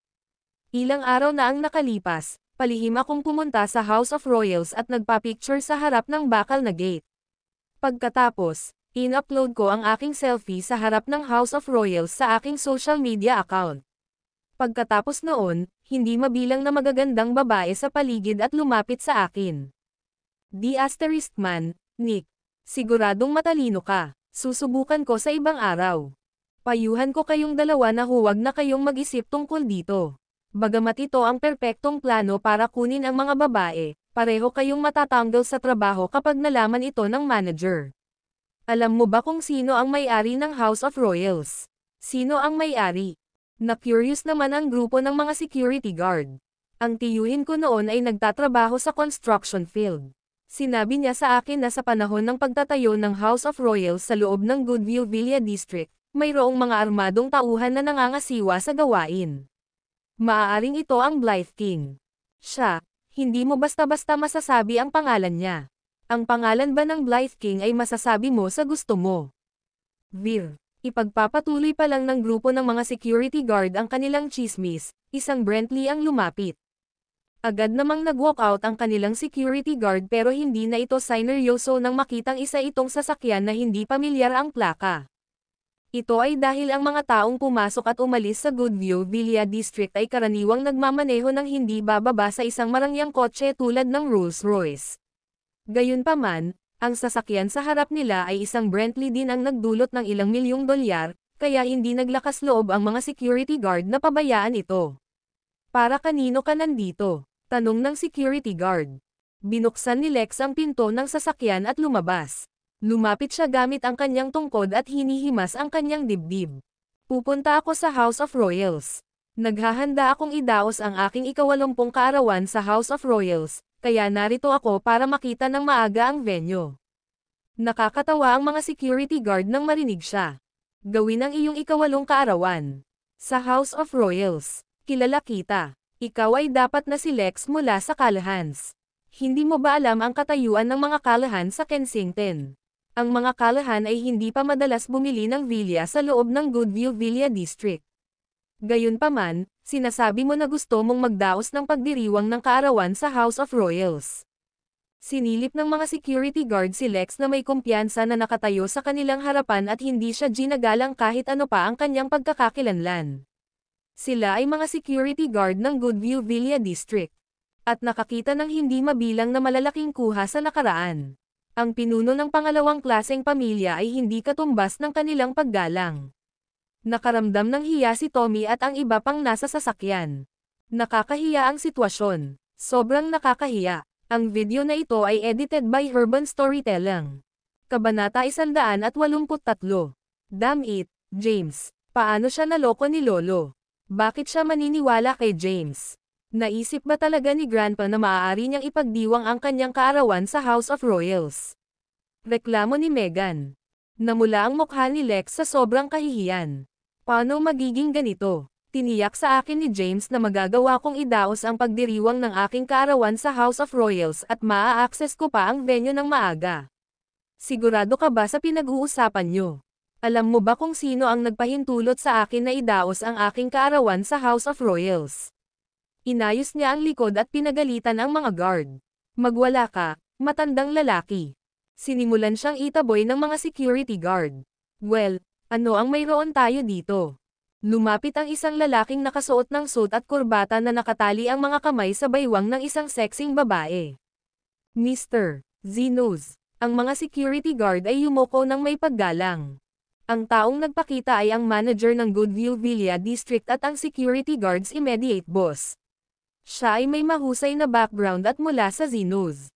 Mr. Zenos, ang lalaking ito ay si Lex mula sa mga kalahan. Idaraos daw niya ang kanyang kaarawan sa House of Royals. Halos humagalpak ako ng tawa sa narinig ko. Itataboy ko na sana siya. Oh, ang mga kalahan. Sumulyap kay Lex ang manager ng Goodview Villa District na si Zach Zenos at sinabi, gusto mong idaos ang iyong kaarawan sa House of Royals. Sino ang nagbigay sa iyo ng karapatang magdaos ng iyong kaarawan sa House of Royals? 2. Namula ang mukha ni Lex. Lolo, tayo na lang. Tigilan mo na ang pagpapahiya sa sarili mo. Bumaba ng sasakyan si Tommy at gustong kaladkarin si Lex papasok ng sasakyan. Bumaba din sa sasakyan ang iba pang kapamilya. Oo, Tommy, ikaw ba yan? Isang mapanghusgang boses ang biglang tumunog. Nanggaling ang boses sa sexing babae sa yakap ni Zach. Nakasuot siya ng glamorous na damit at may hawak na branded na bag sa kanyang mga braso. Nag-iba ang ekspresyon ni Tommy nang makita ang babae. Hindi ba ito ang aking dating kasintahan, si Lucy Quinn? Nakakatuwa si Lucy na makita si Tommy. Hindi ko inaasahan na ang mga kalahan ay mahilig sa pekeng kayamanan para ipakita. Asawa ko pala ito. Siya ay mula sa Zenoses. Narinig mo na ang tungkol sa kanila, tama ba?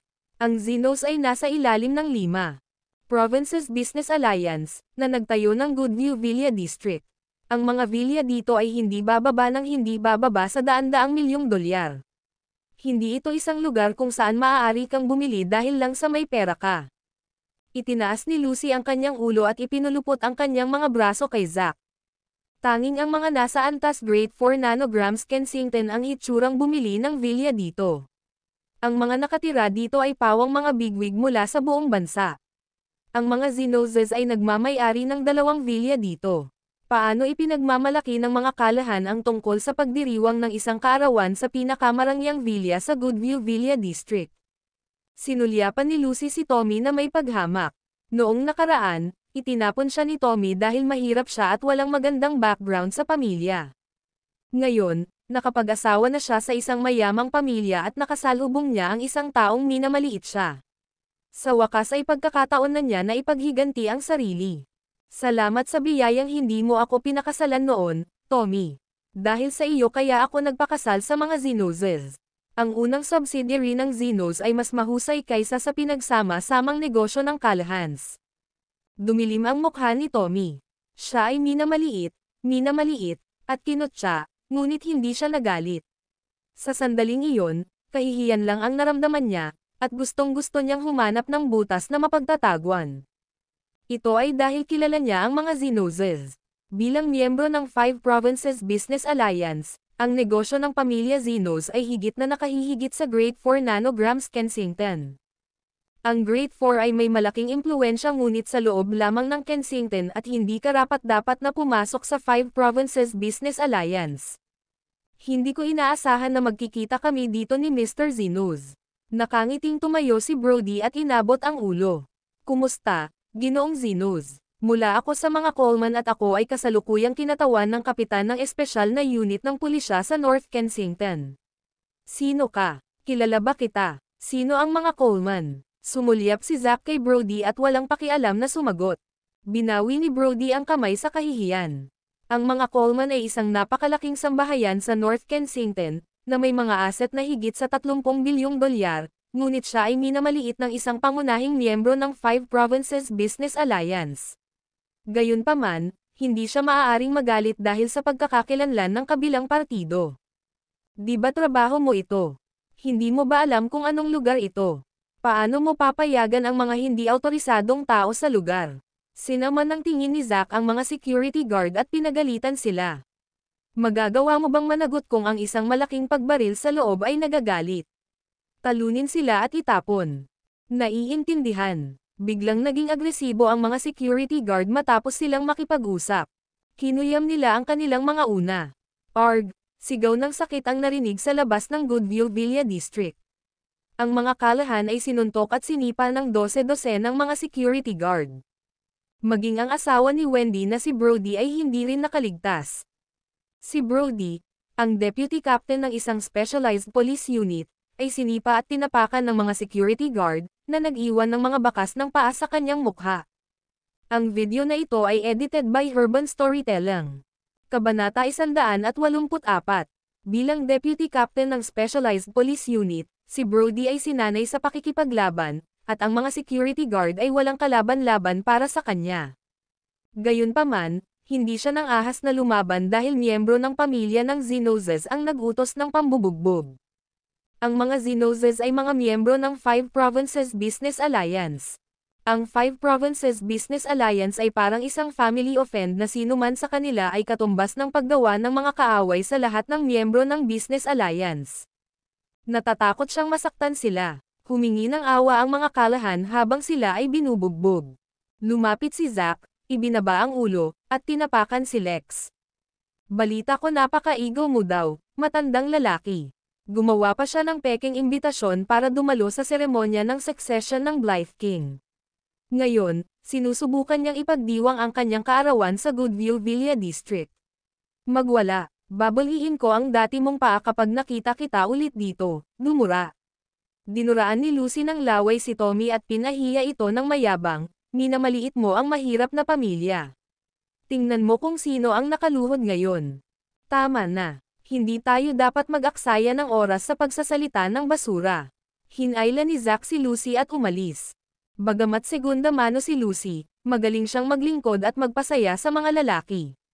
At saka, hindi ko siya asawa at side chick lang. Umalis ang dalawa sa eksena. Sunod-sunod na tumayo ang mga kalahan mula sa lupa at nagmadaling tulungan si Lex na makatayo. Ayos ka lang ba, Dad? Lolo, sinabi ko na sa iyo na huwag kang sumama, pero nagpumilit ka pa. Sapat na ba ang kahihiyan mo? Kasalanan ng B**** James na yan. Ayos ka lang, babe. Ayos lang ako, iwinagayway ni Brody ang kanyang kamay at sumagot. Babe, may gagawin ka. Hindi ba ang iyong tiyuhin ay kalihim ng isang general sa rehiyong militar ng North Kensington? Magmadali at tawagan siya para tulungan tayo. Paano kami nagagawa ng mga security guard na ito sa kanilang mga kamay? Bumalik muna tayo at pag-usapan natin ito mamaya. Hindi tanga si Brody. Paano niya nagawang istorbohin ang kanyang tiyuhin para sa isang maliit na bagay? Bukod dito, hindi siya nagpadala ng inapo ng mga Coleman, at ang kanyang tiyuhin ay hindi rin niya tiyuhin na may kaugnayan sa dugo. Nababalot ng mga bakas ng paa si Lex, at nababalot ng dumi ang kulubot niyang mukha. Galit niyang tinanggap ang kanyang tungkod at sinabing, hindi ko ipagpapalit ang B**** na si James na iyon. Siya ay dumating na puno ng pag-asa ngunit umalis sa kawalan ng pag-asa. Nakakahiya, siya ay labis na napahiya. Ang paggalang na nakalakip sa kanyang pangalan na natamo niya sa kanyang buhay ay nawala lahat sa isang gabi. The Callahans, Villa. Hinayla ni Wendy si Brody at nakiusap, babe, grabe na bugbog ang lolo ko. Ang aming pamilya ay hindi kailanman magagawang itaas ang aming mga ulo sa Kensington kung hindi mo gagawin ang isang bagay tungkol dito. Maaaring kunin ng aming pamilya ang panlilibak, ngunit isa kang Coleman.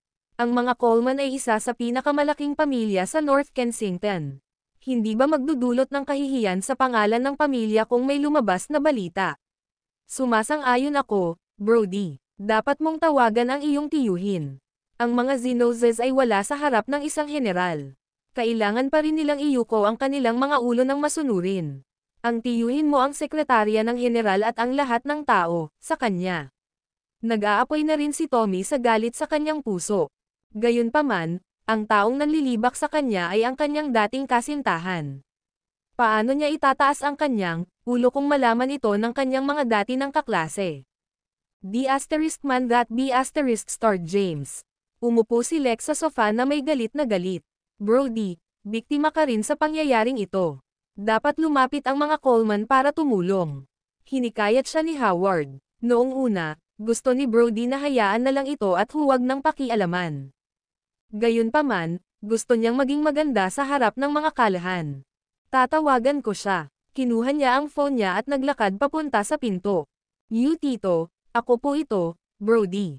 Galing ako sa pamilya ni Nathan Coleman. Oo, ako yon. Nabugbog ako ng isang lalaki mula sa Zinoses sa Kensington. Hindi ako sigurado sa background niya, pero malamang Zack ang pangalan niya. Ano? Titingnan mo ba ito? Okay, okay. Ang tiyuhin ni Brody ay talagang kalihim ng general sa rehiyong militar ng North Kensington. Hindi niya inaasahan na papayag ang kanyang tiyuhin. Pagkatapos ng tawag sa telepono, kumpiyansa na bumalik si Brody at nangako, nakatawag na ako. Titingnan ng tiyuhin ko si Zack at aayusin sa lalong madaling panahon. Ang malungkot na ekspresyon ni Lex ay lumuwag at pinuri, tiyak na kaya ng mga Coleman. Lolo, niloloko mo kami. We're very humble people, pagmamalaki, ni Brody. Sige, sige, tumango si Lex. Pagkatapos, umungal si Lex, tawagan mo si James at hilingin mo agad ang brat na pumunta dito. Kailangan kong baliin ang kanyang mga paa at paalisan siya sa pamilya. Nagmamadaling tinawagan ni Howard si James. Samantala, maganda ang mood ni James matapos niyang lutisin ang usapan kay Lex. Bumalik siya sa common clinic at nagpatuloy sa pagpaplano kung paano ipapaliwanag kay Thea ang hindi pagkakaunawaan. Gayunpaman, hindi nagtagal at tinawag siya ni Howard. Pinagalitan siya ni Howard sa pamamagitan ng telepono at hiniling na bumalik siya kaagad sa villa. Ano ang nangyari sa oras na ito? Naguguluhan si James. Muli siyang bumalik sa villa ng mga kalahan. Ang video na ito ay edited by Urban Storytelling. Kabanata 185. Itinaas ni Lex ang kanyang tungkod nang makapasok si James sa pintuan. Gayunpaman, madaling naiwasan ito ni James. Anong nangyari, Lolo? Bakit galit na galit ka? Ikaw ay basura. Galit na galit ang ekspresyon ni Lex. Nawalan siya ng mukha at binugbog ng ilang security guard dahil lang sa paniniwala niya sa sinabi ni James. Ang insidenteng ito ay higit na kaiya-hiya kaysa sa itinapon ng isang general ng rehiyon ng militar. Tumayo si Lex, tinuro ang ilong ni James, at pinagalitan, basura ka. Balak mo bang ipahiya ang pamilya ko? Hindi na ikaw ang manugang ng mga kalahan, James. Wala ka talagang konsensya. Pinapakain ka namin, pero ang ginagawa mo lang ay ipahiya ang pamilya namin. Pinagalitan siya ng mga kapamilya at hinamak. Gayunpaman, si James ay nagsuot ng naguguluhan na ekspresyon. Anong nangyari, Lolo? Nakakunot ang noo niyang tanong. How dare you still have the face to ask me? Iniwas ni Lex ang kanyang kamay kay James. At least ipaalam sa akin kung ano ang nangyari. Itinaas ni James ang kanyang ulo, mabilis na hinaranggan ang sampal, at sinabing walang pakialam. Dahil niloko mo si Lolo, naiisip niyang kaya niyang ipagdiwang ang kanyang kaarawan sa House of Royals. Nauna kaming pumunta doon at hindi man lang pinapasok sa gate. Nabugbog pa tayo ng mga security guard. Sigaw ni Megan. Napatingin si James sa kanila. Lahat sila mukhang bagbog. May bakas pa ng sampal sa mukha ni Brody. Ang damit ni Megan ay puno ng mga bakas ng paa, at ang kanyang medyas ay napunit. Siya ay malamang na sinalakay sa panahon ng pambubugbog. Gayunpaman, nalilito si James. Napakagalang ng saloobin ng mga security guard sa Goodview Villa District. Ito ay hindi makatwiran para sa kanila upang bugbugin ang mga bisita. Natuwa na siya kay Lex, at sa isang salita niya, hindi na itutuloy ni Thea ang hiwalayan. Gayunpaman, nangyari ang isang hindi inaasahang sitwasyon. Kalmadong lumabas si James. Kinuha niya ang kanyang telepono at tinawagan ang presidente ng 5 Provinces Business Alliance. Ako ito, Black Dragon. Pinayagan ko si Lex na gamitin ang House of Royals para sa kanyang kaarawan, ngunit binugbog siya ng mga security guard. Kailangan ko ng paliwanag ngayon. Ang 5 Provinces Business Alliance ay isa sa pinakamahalagang puwersa sa bansa, ngunit natawagan ni James ng direkta ang presidente nito. Ang presidente ng 5 Provinces Business Alliance ay si Jacob Lynch. Siya ay isang napaka-prominenteng figure. Sa kabila ng hindi mula sa kabisera, ang kanyang impluwensya ay mas makabuluhan kaysa doon. Laking gulat ni Jacob nang matanggap ang tawag ni James at biglang sumagot, si Commander. Iimbestigahan ko kaagad at bibigyan ka kaagad ng paliwanag. Ibinaba ni James ang telepono at naghintay sa labas ng pinto. Hindi na siya muling pumasok sa villa dahil alam niyang hindi magiging maganda ang mga bagay para sa kanya dahil galit na galit ang mga kalahan na mabugbog sila. Hindi nagtagal, tumawag muli si Jacob at nagpaliwanag, napagmasdan ko na ito, Commander. Ito ay isang tanga mula sa Xenozes na hindi nirerespeto si Lex. Inutusan ko na siyang magtungo sa villa ng mga kalahan para personal na humingi ng tawad. Ikinalulungkot ko ang aking kapabayaan sa bagay na ito, Commander. I'm really sorry. Ang presidente ng 5 Provinces Business Alliance, si Jacob, ay paulit-ulit na humingi ng tawad. Sumampal pa siya sa sarili niya. Napakalakas ng mga sampal na naririnig ni James sa pamamagitan ng telepono. You better hope na hindi ito makagambala sa plano ko. Kung hindi, hindi na kailangan na umiral pa ang 5 Provinces Business Alliance. Malamig na ibinaba ni James ang telepono. Pagkatapos, humihit-hit siya ng sigarilyo sa pintuan. Tapos, pumasok ulit siya sa villa. Ang mga kalahan. Sinimulan siyang pag-alitan ng mga nakakasakit na salita pagpasok niya sa bahay. Sinimulan pa nila siyang itaboy. Lolo, kasalanan ko talaga.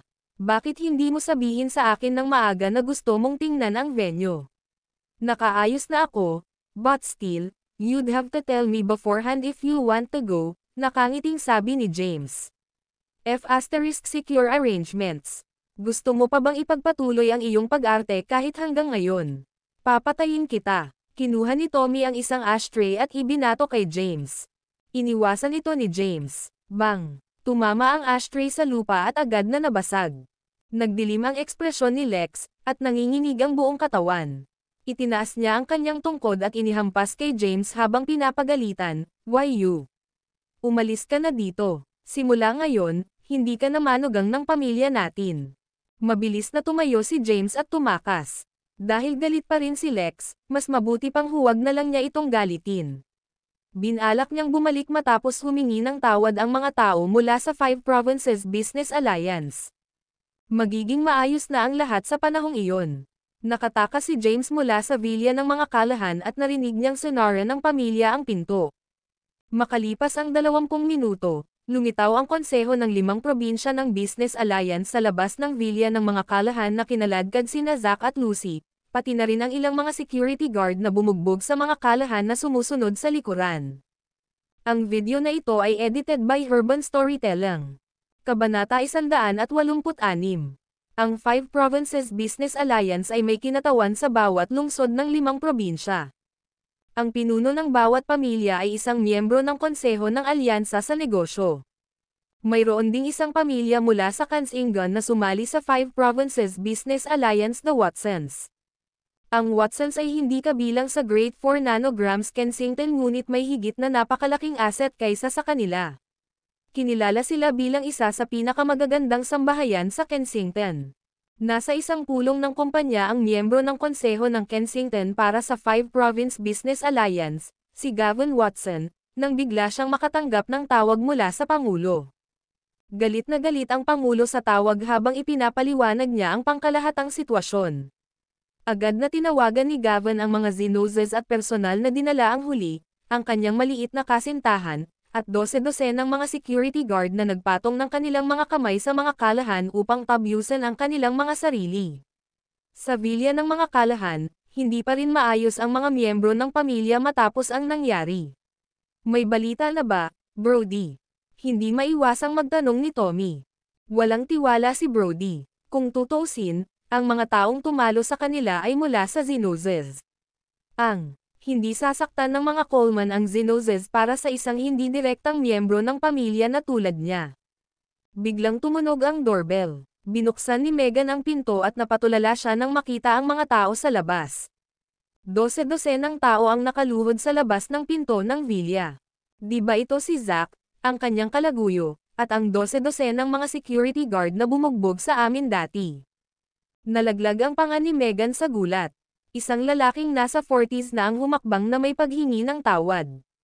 Paumanhin sa abala, ngunit maaari ko bang itanong kung nasa bahay si Mr. Callahan? Ang pangalan ko ay Gavin Watson.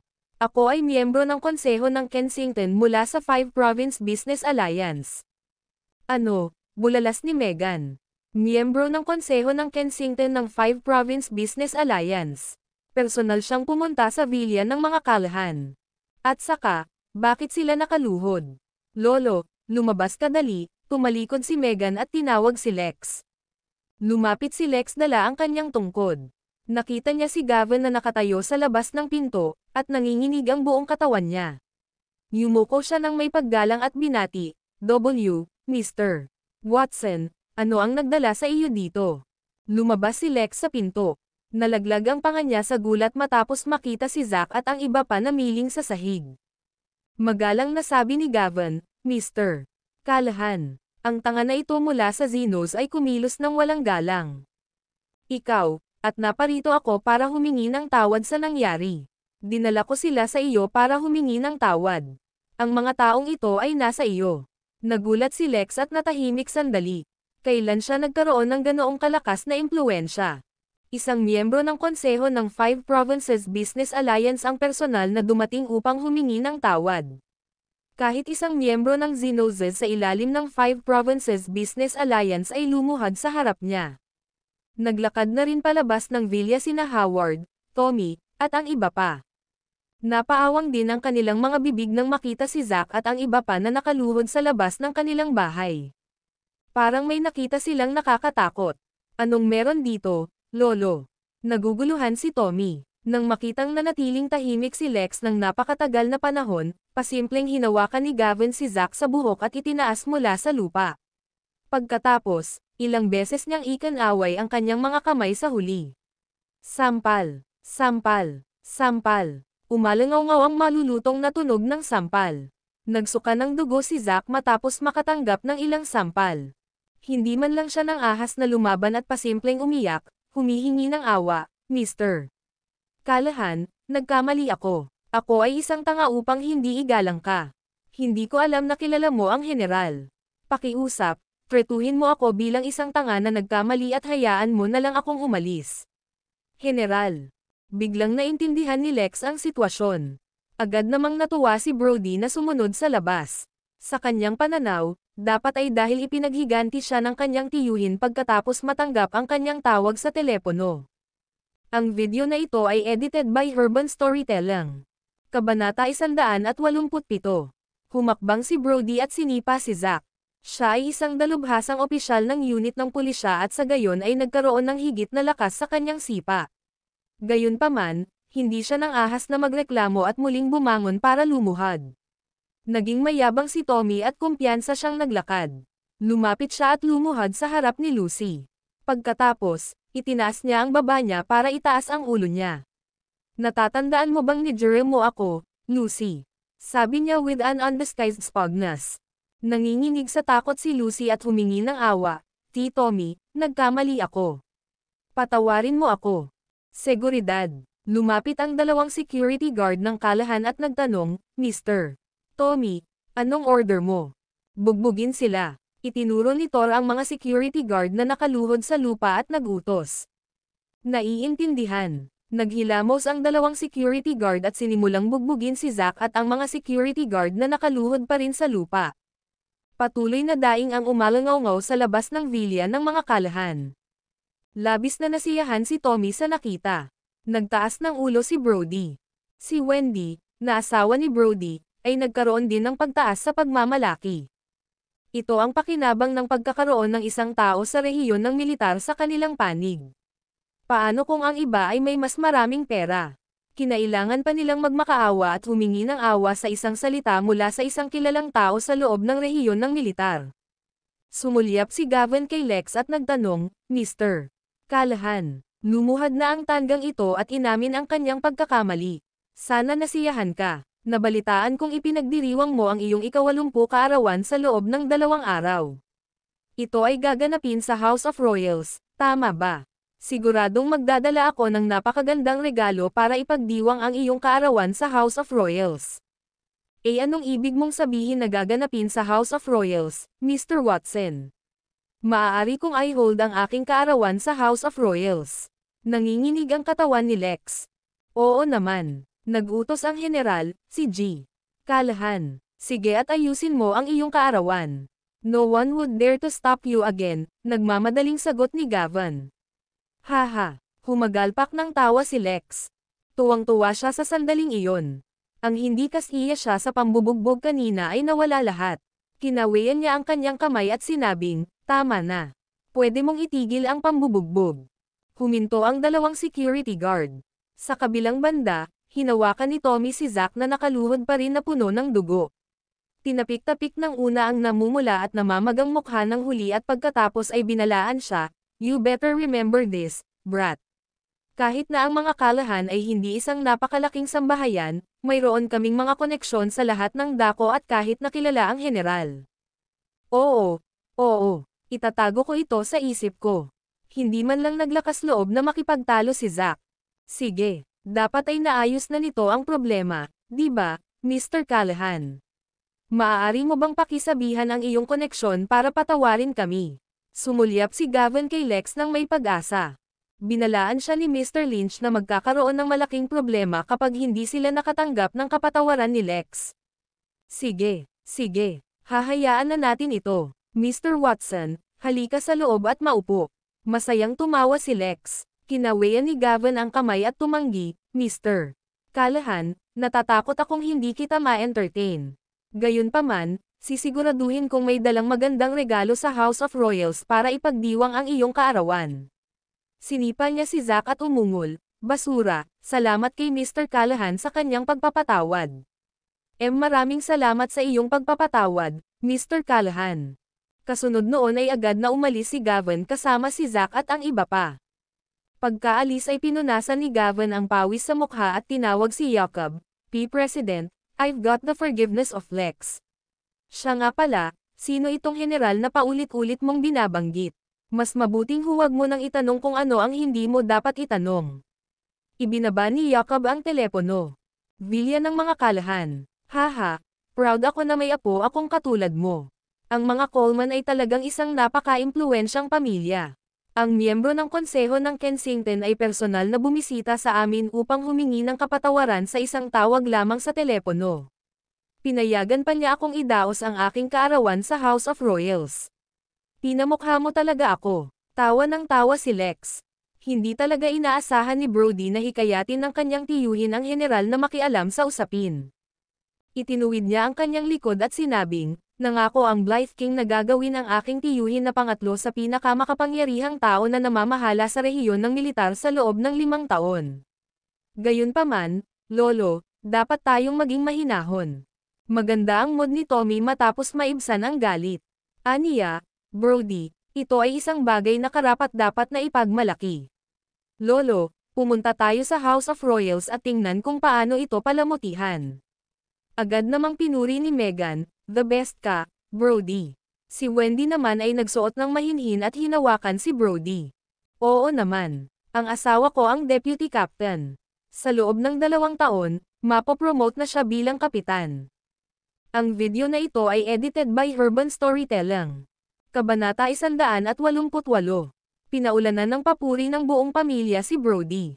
Lahat sila ay may impresyon na ang tiyuhin ni Brody, ang sekretarya ng general, ay nagpaalam sa general pagkatapos ng tawag sa telepono. Sa pagtulong ng general sa kanila, maging ang isang miyembro ng konseho ng 5 Provinces Business Alliance tulad ni Gavin ay personal na nagpakita kay Zack, na nagutos ng pambubugbog upang humingi ng tawad. Tuwang-tuwa si Lex na maaari na niyang idaos ang kanyang kaarawan sa House of Royals.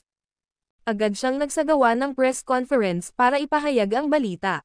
Kasabay nito, mabilis na nag-ayos si Howard para sa birthday party, kabilang ang muling pagdidisenyo ng mga imbitasyon at pagpapadala sa kanila.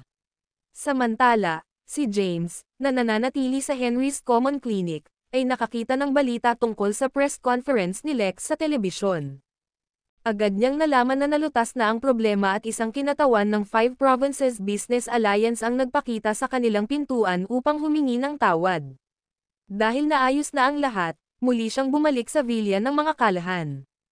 Pinindot niya ang doorbell. Ang taong nagbukas ng pinto ay ang bunsong anak ni Howard at ang asawa ni Brody na si Wendy. Hindi siya pamilyar kay James noon ngunit ngayon ay malinaw na malinaw kung sino ito. The moment she saw that it was James standing outside the door, She crossed her arms and said condescending, walang hiya ka talaga. How dare you bumalik dito? May gagawin pa sana si Tommy, pero nang makita niya si James sa pintuan, sumigaw agad siya, basura ka. How dare you come again? Umalis ka na rito. Napasulyap si James sa kanilang dalawa at pasimpleng naglakad papasok sa villa nang hindi sila masyadong pinapansin. Tumigil ka dyan. Umungol si Tommy. Nandito ako para kay Lolo. Si James ay hindi gustong mag-aksaya ng oras sa pagharap sa kanilang kalokohan. Na-expel ka na sa mga kalahan. Hindi ka na manugang ng aming pamilya at hindi na pinahihintulutan na pumasok sa aming bahay. Tama na yan. Umalis ka dito. Walang respeto ang pakikitungo ng magkapatid kay James. Natarante si James matapos marinig ang mga ito. Hindi ba may dumating na mula sa 5-Province Business Alliance para humingi ng tawad? Di ba dapat sinusubuan na nila ako ngayon? Anong meron sa ugali nila? May nangyari bang mali sa proseso? Natarante si James. Biglang may Bentley na nag-drive papunta sa villa. Bumaba si Lex sa sasakyan, dala ang kanyang tungkod.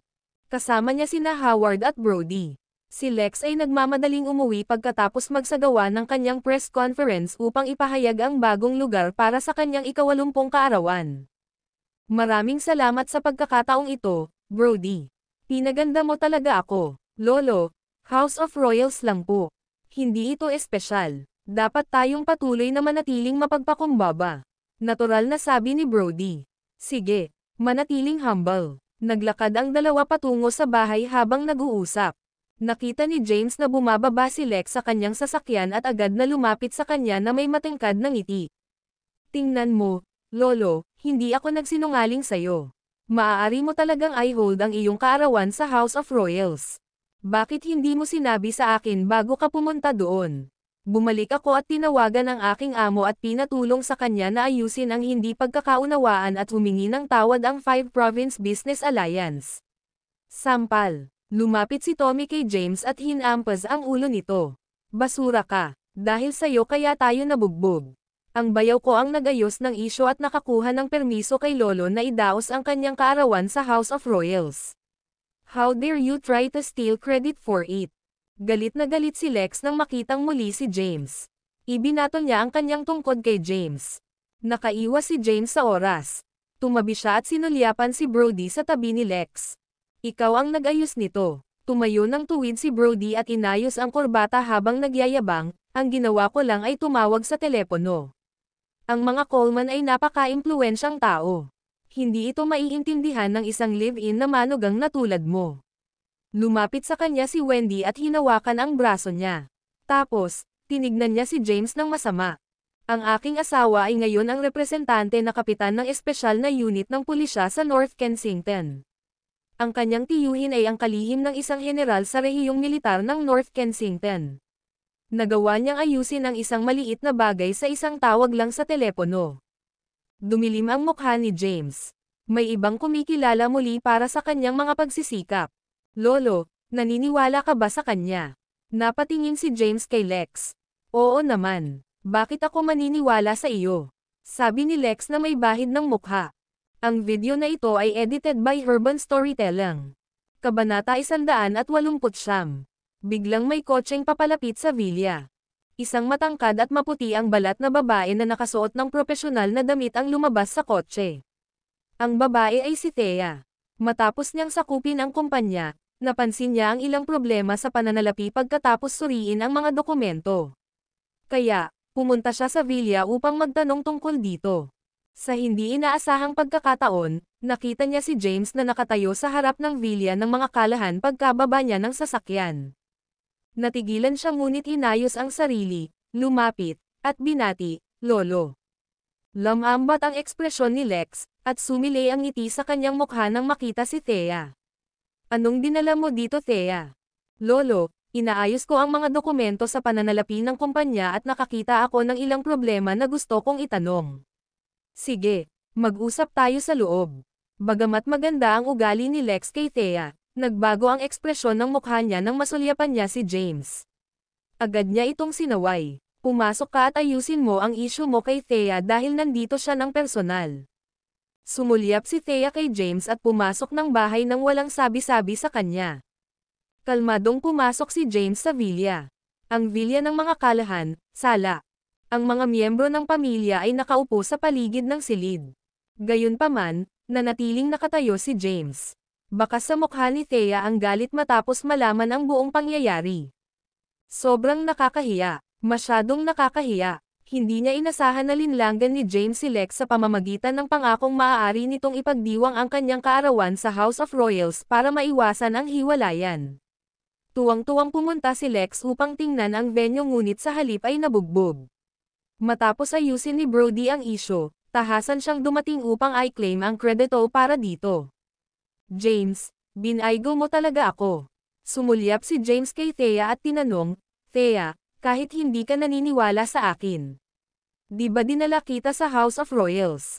Tama na. Tumayo si Thea at pinagalitan siya, paano ako maniniwala sa iyo kung nakita ko ito ng sarili kong mga mata? Pati kapatid ko nakita din. Paano maaaring maging hindi pagkakaunawaan? Hindi, ang tinutukoy ko ay ang bahay ni. Tumigil ka sa pagiging walang hiya, James. Niloko mo ang pinsan natin at pinahiya mo pa si Lolo. Ngayon, sinusubukan mo pang kumuha ng kredito para sa trabaho ng ibang tao. Ang mga Coleman ay may mga koneksyon sa rehiyon ng militar, ikaw naman. Anong meron ka? Isa ka lang kriminal na napunta sa korte ng militar. Gustong ipaliwanag ni James ang kanyang sarili. Gusto niyang sabihin kay Thea na hindi siya nagsinungaling kay Lex. Gusto niyang tanungin kung bakit hindi siya maniniwala sa kanya gayong dinala pa siya nito para manatili sa House of Royals sa loob ng 10 araw. Gayunpaman, hindi siya binigyan ni Thea ng pagkakataong magpaliwanag. Huminga si Lex ng kanyang tubo ng tabako at sinabing, James, matagal ka ng kasal sa Calahans.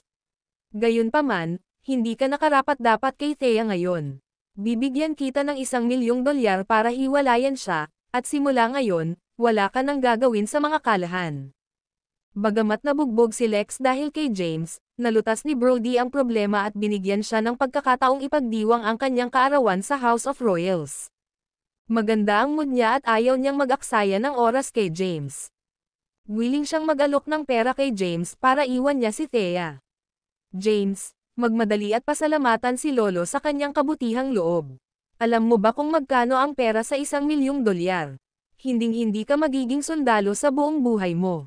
Lumuhad at ipakita ang iyong pasasalamat kay Lolo. Ang ikatlong henerasyon ng mga kalahan ay humalili sa panunuya sa kanya. Napatingin si James sa galit na mukha ni Thea. Galit na siya pero mas lalo siyang nagalit matapos marinig ang kwento ni Lex. Walang magawa si James. Siya ang namamahala sa libu-libong sundalo at dumaan sa hindi mabilang na mga laban ngunit nabigo siyang magtagumpay sa pag-ibig. Ito ang pinakamahirap na makitungo sa isang babaeng nagseselos. Naiintindihan niya na ayaw makinig ni Thea sa kung ano man ang sasabihin niya ngayon. Pagkatapos, wala nang saysay na subukang magpaliwanag pa. Napatingin si James kay Lex. Pagsisisihan mo ito, Lex. Tapos, sinulyapan niya si Brody.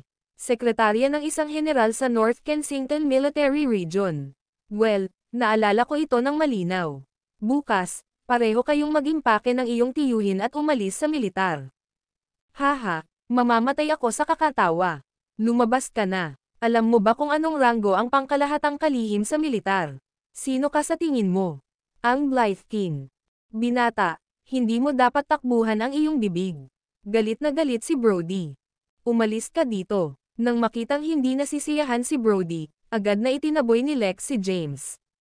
Nagkibit balikat si James, tumalikod, at umalis. Ang video na ito ay edited by Urban Storytelling. Kabanata 190. Asar na asar ako. Sinipal ni James ang isang upuan para ilabas ang kanyang galit sa common clinic. Umupo si Henry sa tabi niya at humihit-hit ng sigarilyo habang pinagmamasdan si James. Ito ang unang pagkakataon na nakita niya si James na kumilos ng ganito. Dati, magpapamassacre si James sa labanan kung galit siya. Ngayon, sumipa na lang siya ng upuan para mailabas ang galit. Ganito ba ang maging isang lalaking umiibig? Ang mga pangil ng Black Dragon ay nakinis pagkatapos umibig. Eto, James, magsigarilyo ka. Inabutan siya ni Henry ng sigarilyo. Kinuha ito ni James, kinuha ang upuan na sinipa niya, at umupo. Henry, paano kaya ang daming walang hiya? Ako ang nakalutas ng problema. Ano ang kinalaman nito sa mga Coleman? Sabi niya. Natagpuan ni Henry ang sitwasyon na labis na mapangahas matapos malaman ang buong kwento.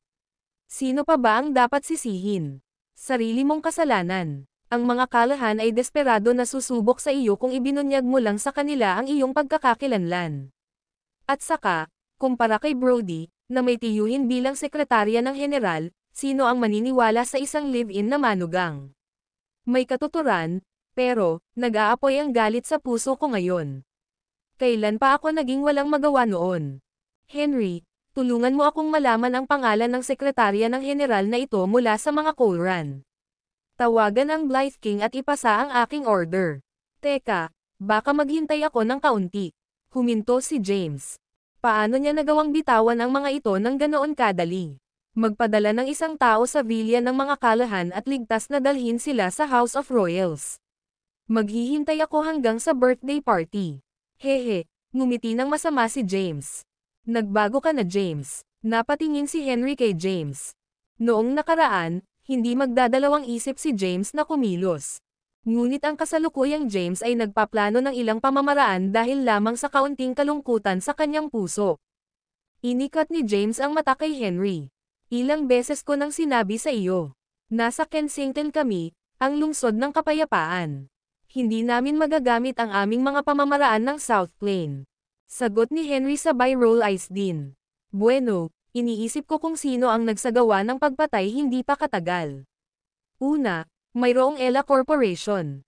Then, the Prosperous Dynasty, pinandilatan siya ni James, at agad na pinigilan ni Henry ang kanyang dila. Huminga ng sigarilyo si James at ngumiti ng alanganin.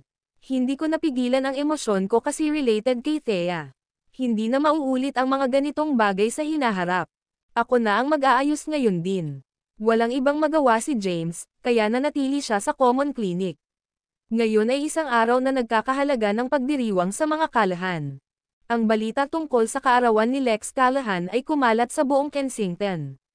Ano, House of Royals ang venue?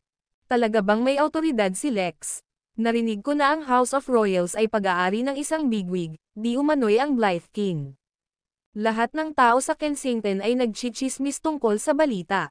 Ang mga Callahan ay muling nagdisenyo ng mga imbitasyon at ipinadala ang mga ito sa lahat ng mga kilalang tao sa Kensington. Mabilis na lumipas ang oras, at gabi na bago ang 80 kaarawan ni Lex. Villa ng mga Callahan. Hinihit-hit ni Lex ang karaniwang tubo ng tabako at sinulyapan si Brody. Brody, bukas ay 80 kaarawan ko na. Maari mo bang iPad-alo ang iyong tiyuhin? Nagpadala ako ng maraming imbitasyon sa maraming bigwigs mula sa business community.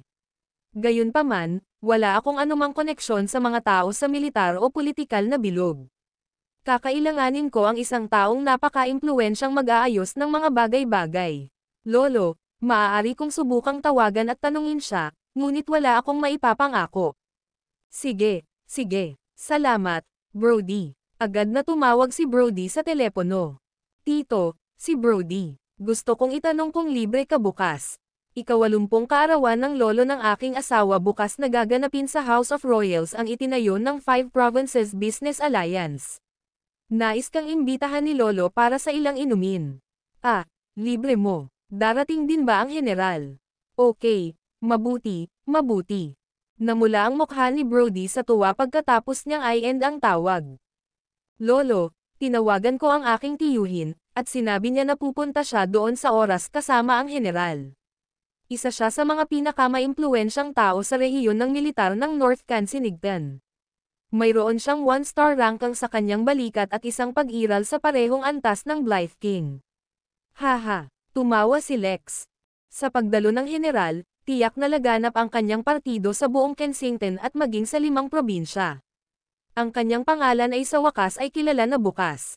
Ito ang unang hakbang at talagang malaking hakbang ng mga Callahan na maging isang kilalang sambahayan. Kinabukasan, ito ay isang napakakahindik-hindik na araw sa Kensington. Ang pinuno ng isang pangalawang klaseng pamilya ay nagdaraos ng kanyang birthday party sa pinakasikat at misteryosong House of Royals.